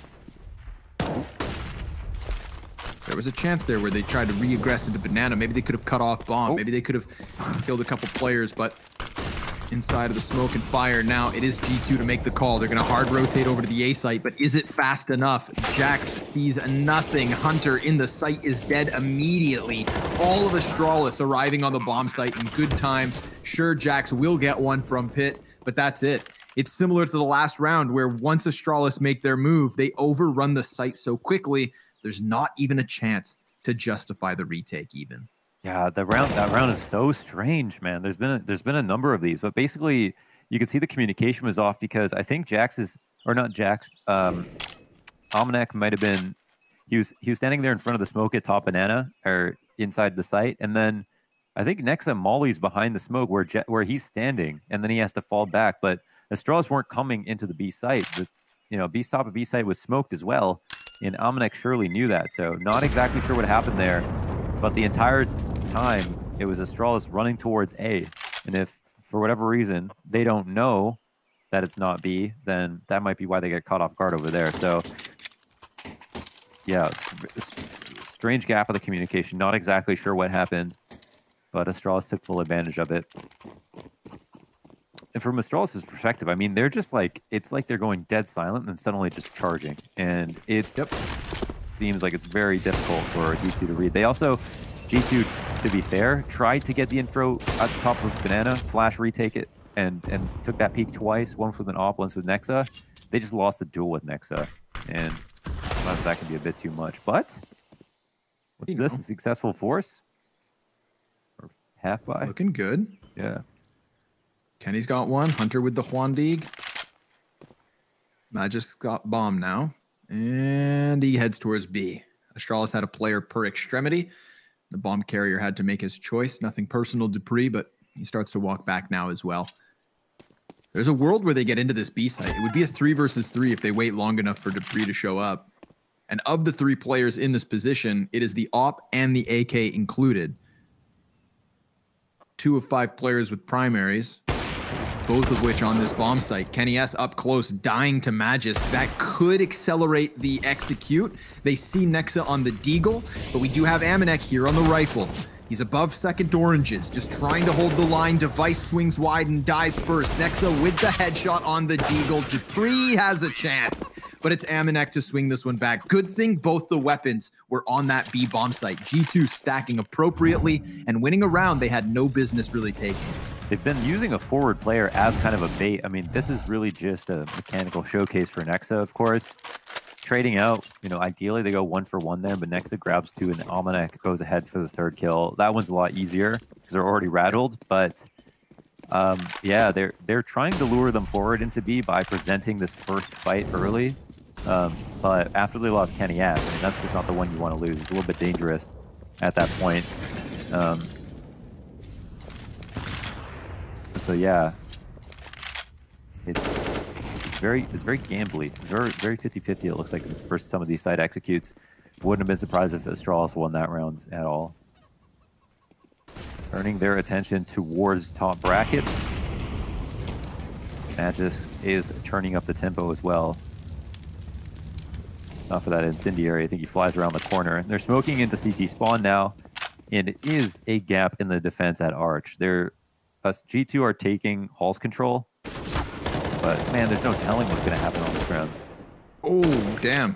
Good spam damage. Estetag versus Jax. Jax will get back alive, but barely. Look at this mini-map. Arch is open. Next up, he's going to walk wide. Takes the headshot from Glaive, but still finishes him off. Amanek's deep position down on Banana. One of the first few times we've actually seen G2 make those aggressive moves down Banana, and it nearly pays off, but it's not quite enough. And this is when that wallbang damage between Estetag and Jax really comes back to bite him, because a 2v3 retake with these grenades is doable. But does Jax want to risk his life? He has to. And Device takes it from him before he even has a chance to make the clutch. Hunter, 1 versus 3, but Magis, instantaneous headshot, 3 frags on the round for him, and 5 rounds of the lead for Astralis. And 16 on the half. Magis is 16-4 already. We're in round 12. Glaive was talking about on HLTV confirmed recently that Magis, he didn't really mean this to like bring attention to his form, but was just saying, you know, Magisk cooled off a little bit when he took over some of the IGL responsibilities. Understandably. But obviously, yeah, not to say that Magisk is not Magisk. He is crazy nuts with this rifle, showing it right now. Beautiful stuff. The T-spawn of the old Inferno was inspired by the Sacred Garden at Mission San Juan Capistrano. Cool. You've seen a lot of people from the Counter-Strike scene kind of there, wherever there Jordan is. and Gilbert. Yeah, because it's in California, correct? I think so. Yeah, it would make sense. Either there or Remember somewhere ladies else. One of the two. Dignitas Counter-Strike taking a trip down there. Remember seeing Heather. I think maybe DJ's been there too, once or twice. James Bardolph Wouldn't just went surprise to me. where's that? What's that wingman? Canals. map? Canals. He just went to Canals IRL. Excuse me. Canals is a full-fledged map, and it's really good. Oh, is it? Okay. Oh yeah, true. Said no one ever. You're like global Remember wingman, whenever- right? So that must be one of your better maps, no? Yeah, and I'm an Ember Wolf in Danger Zone. Just had to tell you. Kills coming in from Banana. Little M4 peek around the corner, Launders. It works out for the first frag, but then it's turned back on its head. And everybody for Astralis is so forward on A that they don't have the bomb.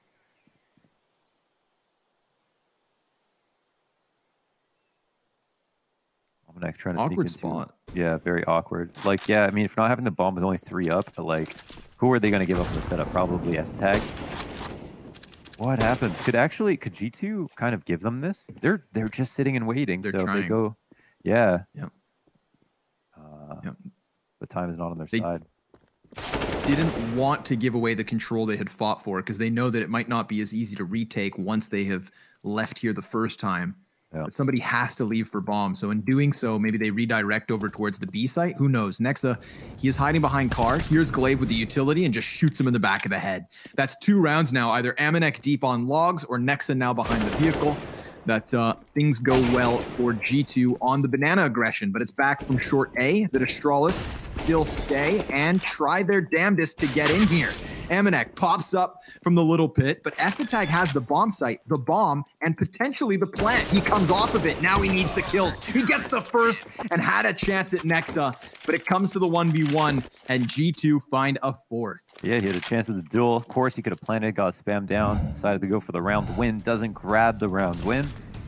And now that results in a situation where S-Tag is maybe just going to play with a pistol. Not sure. He's got a bit of money. Okay, they go down to 0. They're going for it. AK and Galil. So here's a way back for G2 into this series.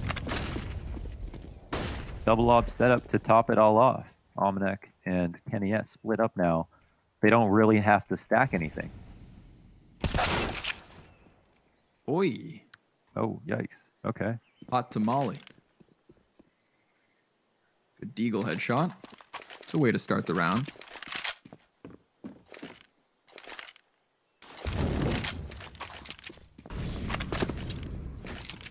Yes, he's toying with the idea of a mid peak here. There's not much to hold him back. I mean, Glade is just kind of jiggling it, which is dangerous. Device will be wounded, as is Amanek, trading shots. Both players still staying up. Well, they got info on 2 ops, so I don't think they're exactly happy about that, even with a 5v4. But it feels like it's going to be a move towards B. And Molotovs, they've got plenty. And these guys are in the most Molotovable positions. Nexa sitting with a smoke out, understanding that he's going to have to create cover for himself in a second. Almanac, though, he is knocking on death's door. 1 flash and a Molotov, and he is screwed. Here it comes. Ooh, nice flashbangs, though. Both of those, a third flashbang. I feel like the flashes do more than the smoke in terms of keeping Astralis at bay this time, but then it's 2 instant kills once they regain their vision.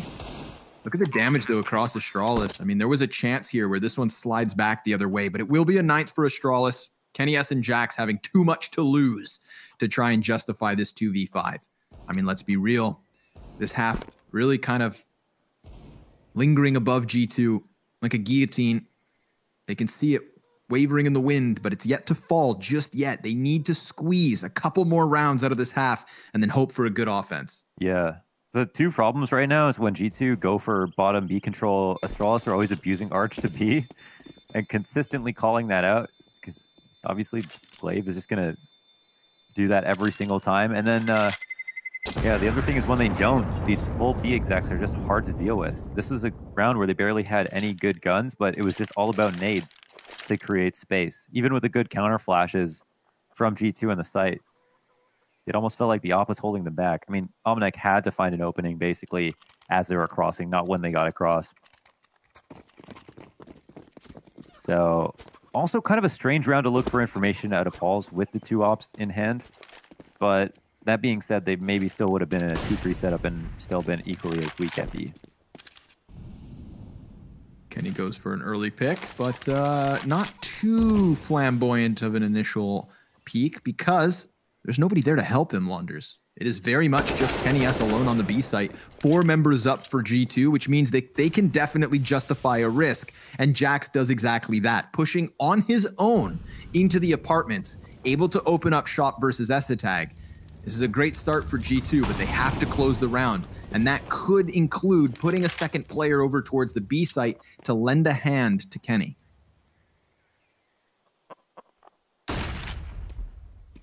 As he comes forward, though it is a broken man.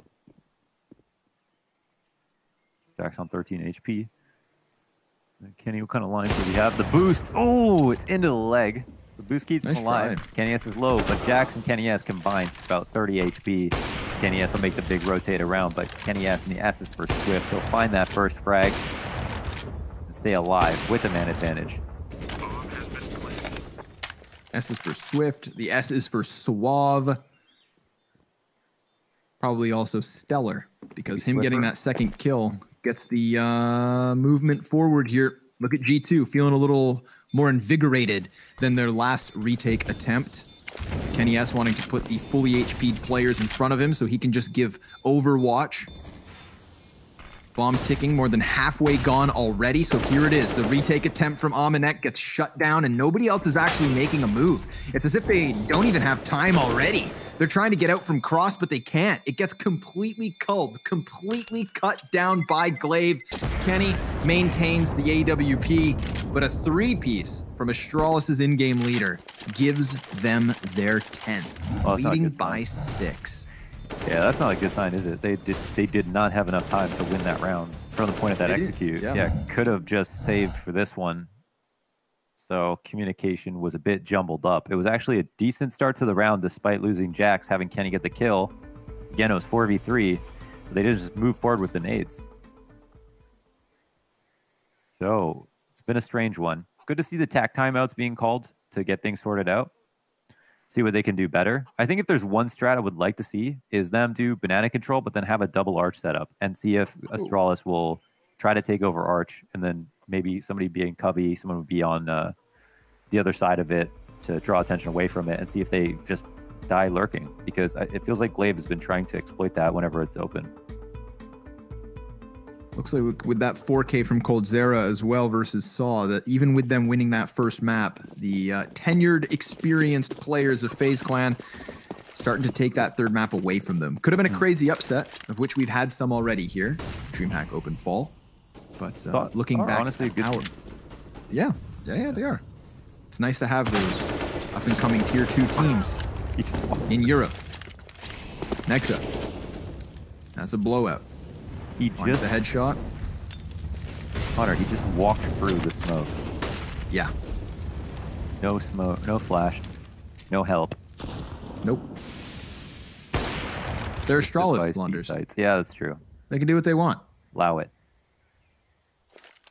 Allow it. 5-2 is what this A site is looking like, unless Kenny S can be the third trying to get in over on Arch, but Arch doesn't need to be watched. It's an all-in from apartments and short at the moment, or at least it could be. It looked like they were about to hit, but then they paused. They pondered.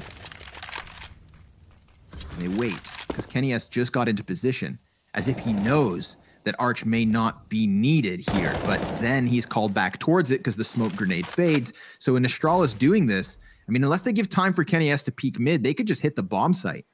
But no, Kenny, he's going to peek in. There's nobody watching Arch, and Kenny, he misses the first shot. That's going to expedite the hit. Now they're moving inwards. That's a shock prod to the back leg, and Kenny S is still hunting with Hunter on that bomb site. 2 frags off of the Yump. A 5th round for G2 to close the first half.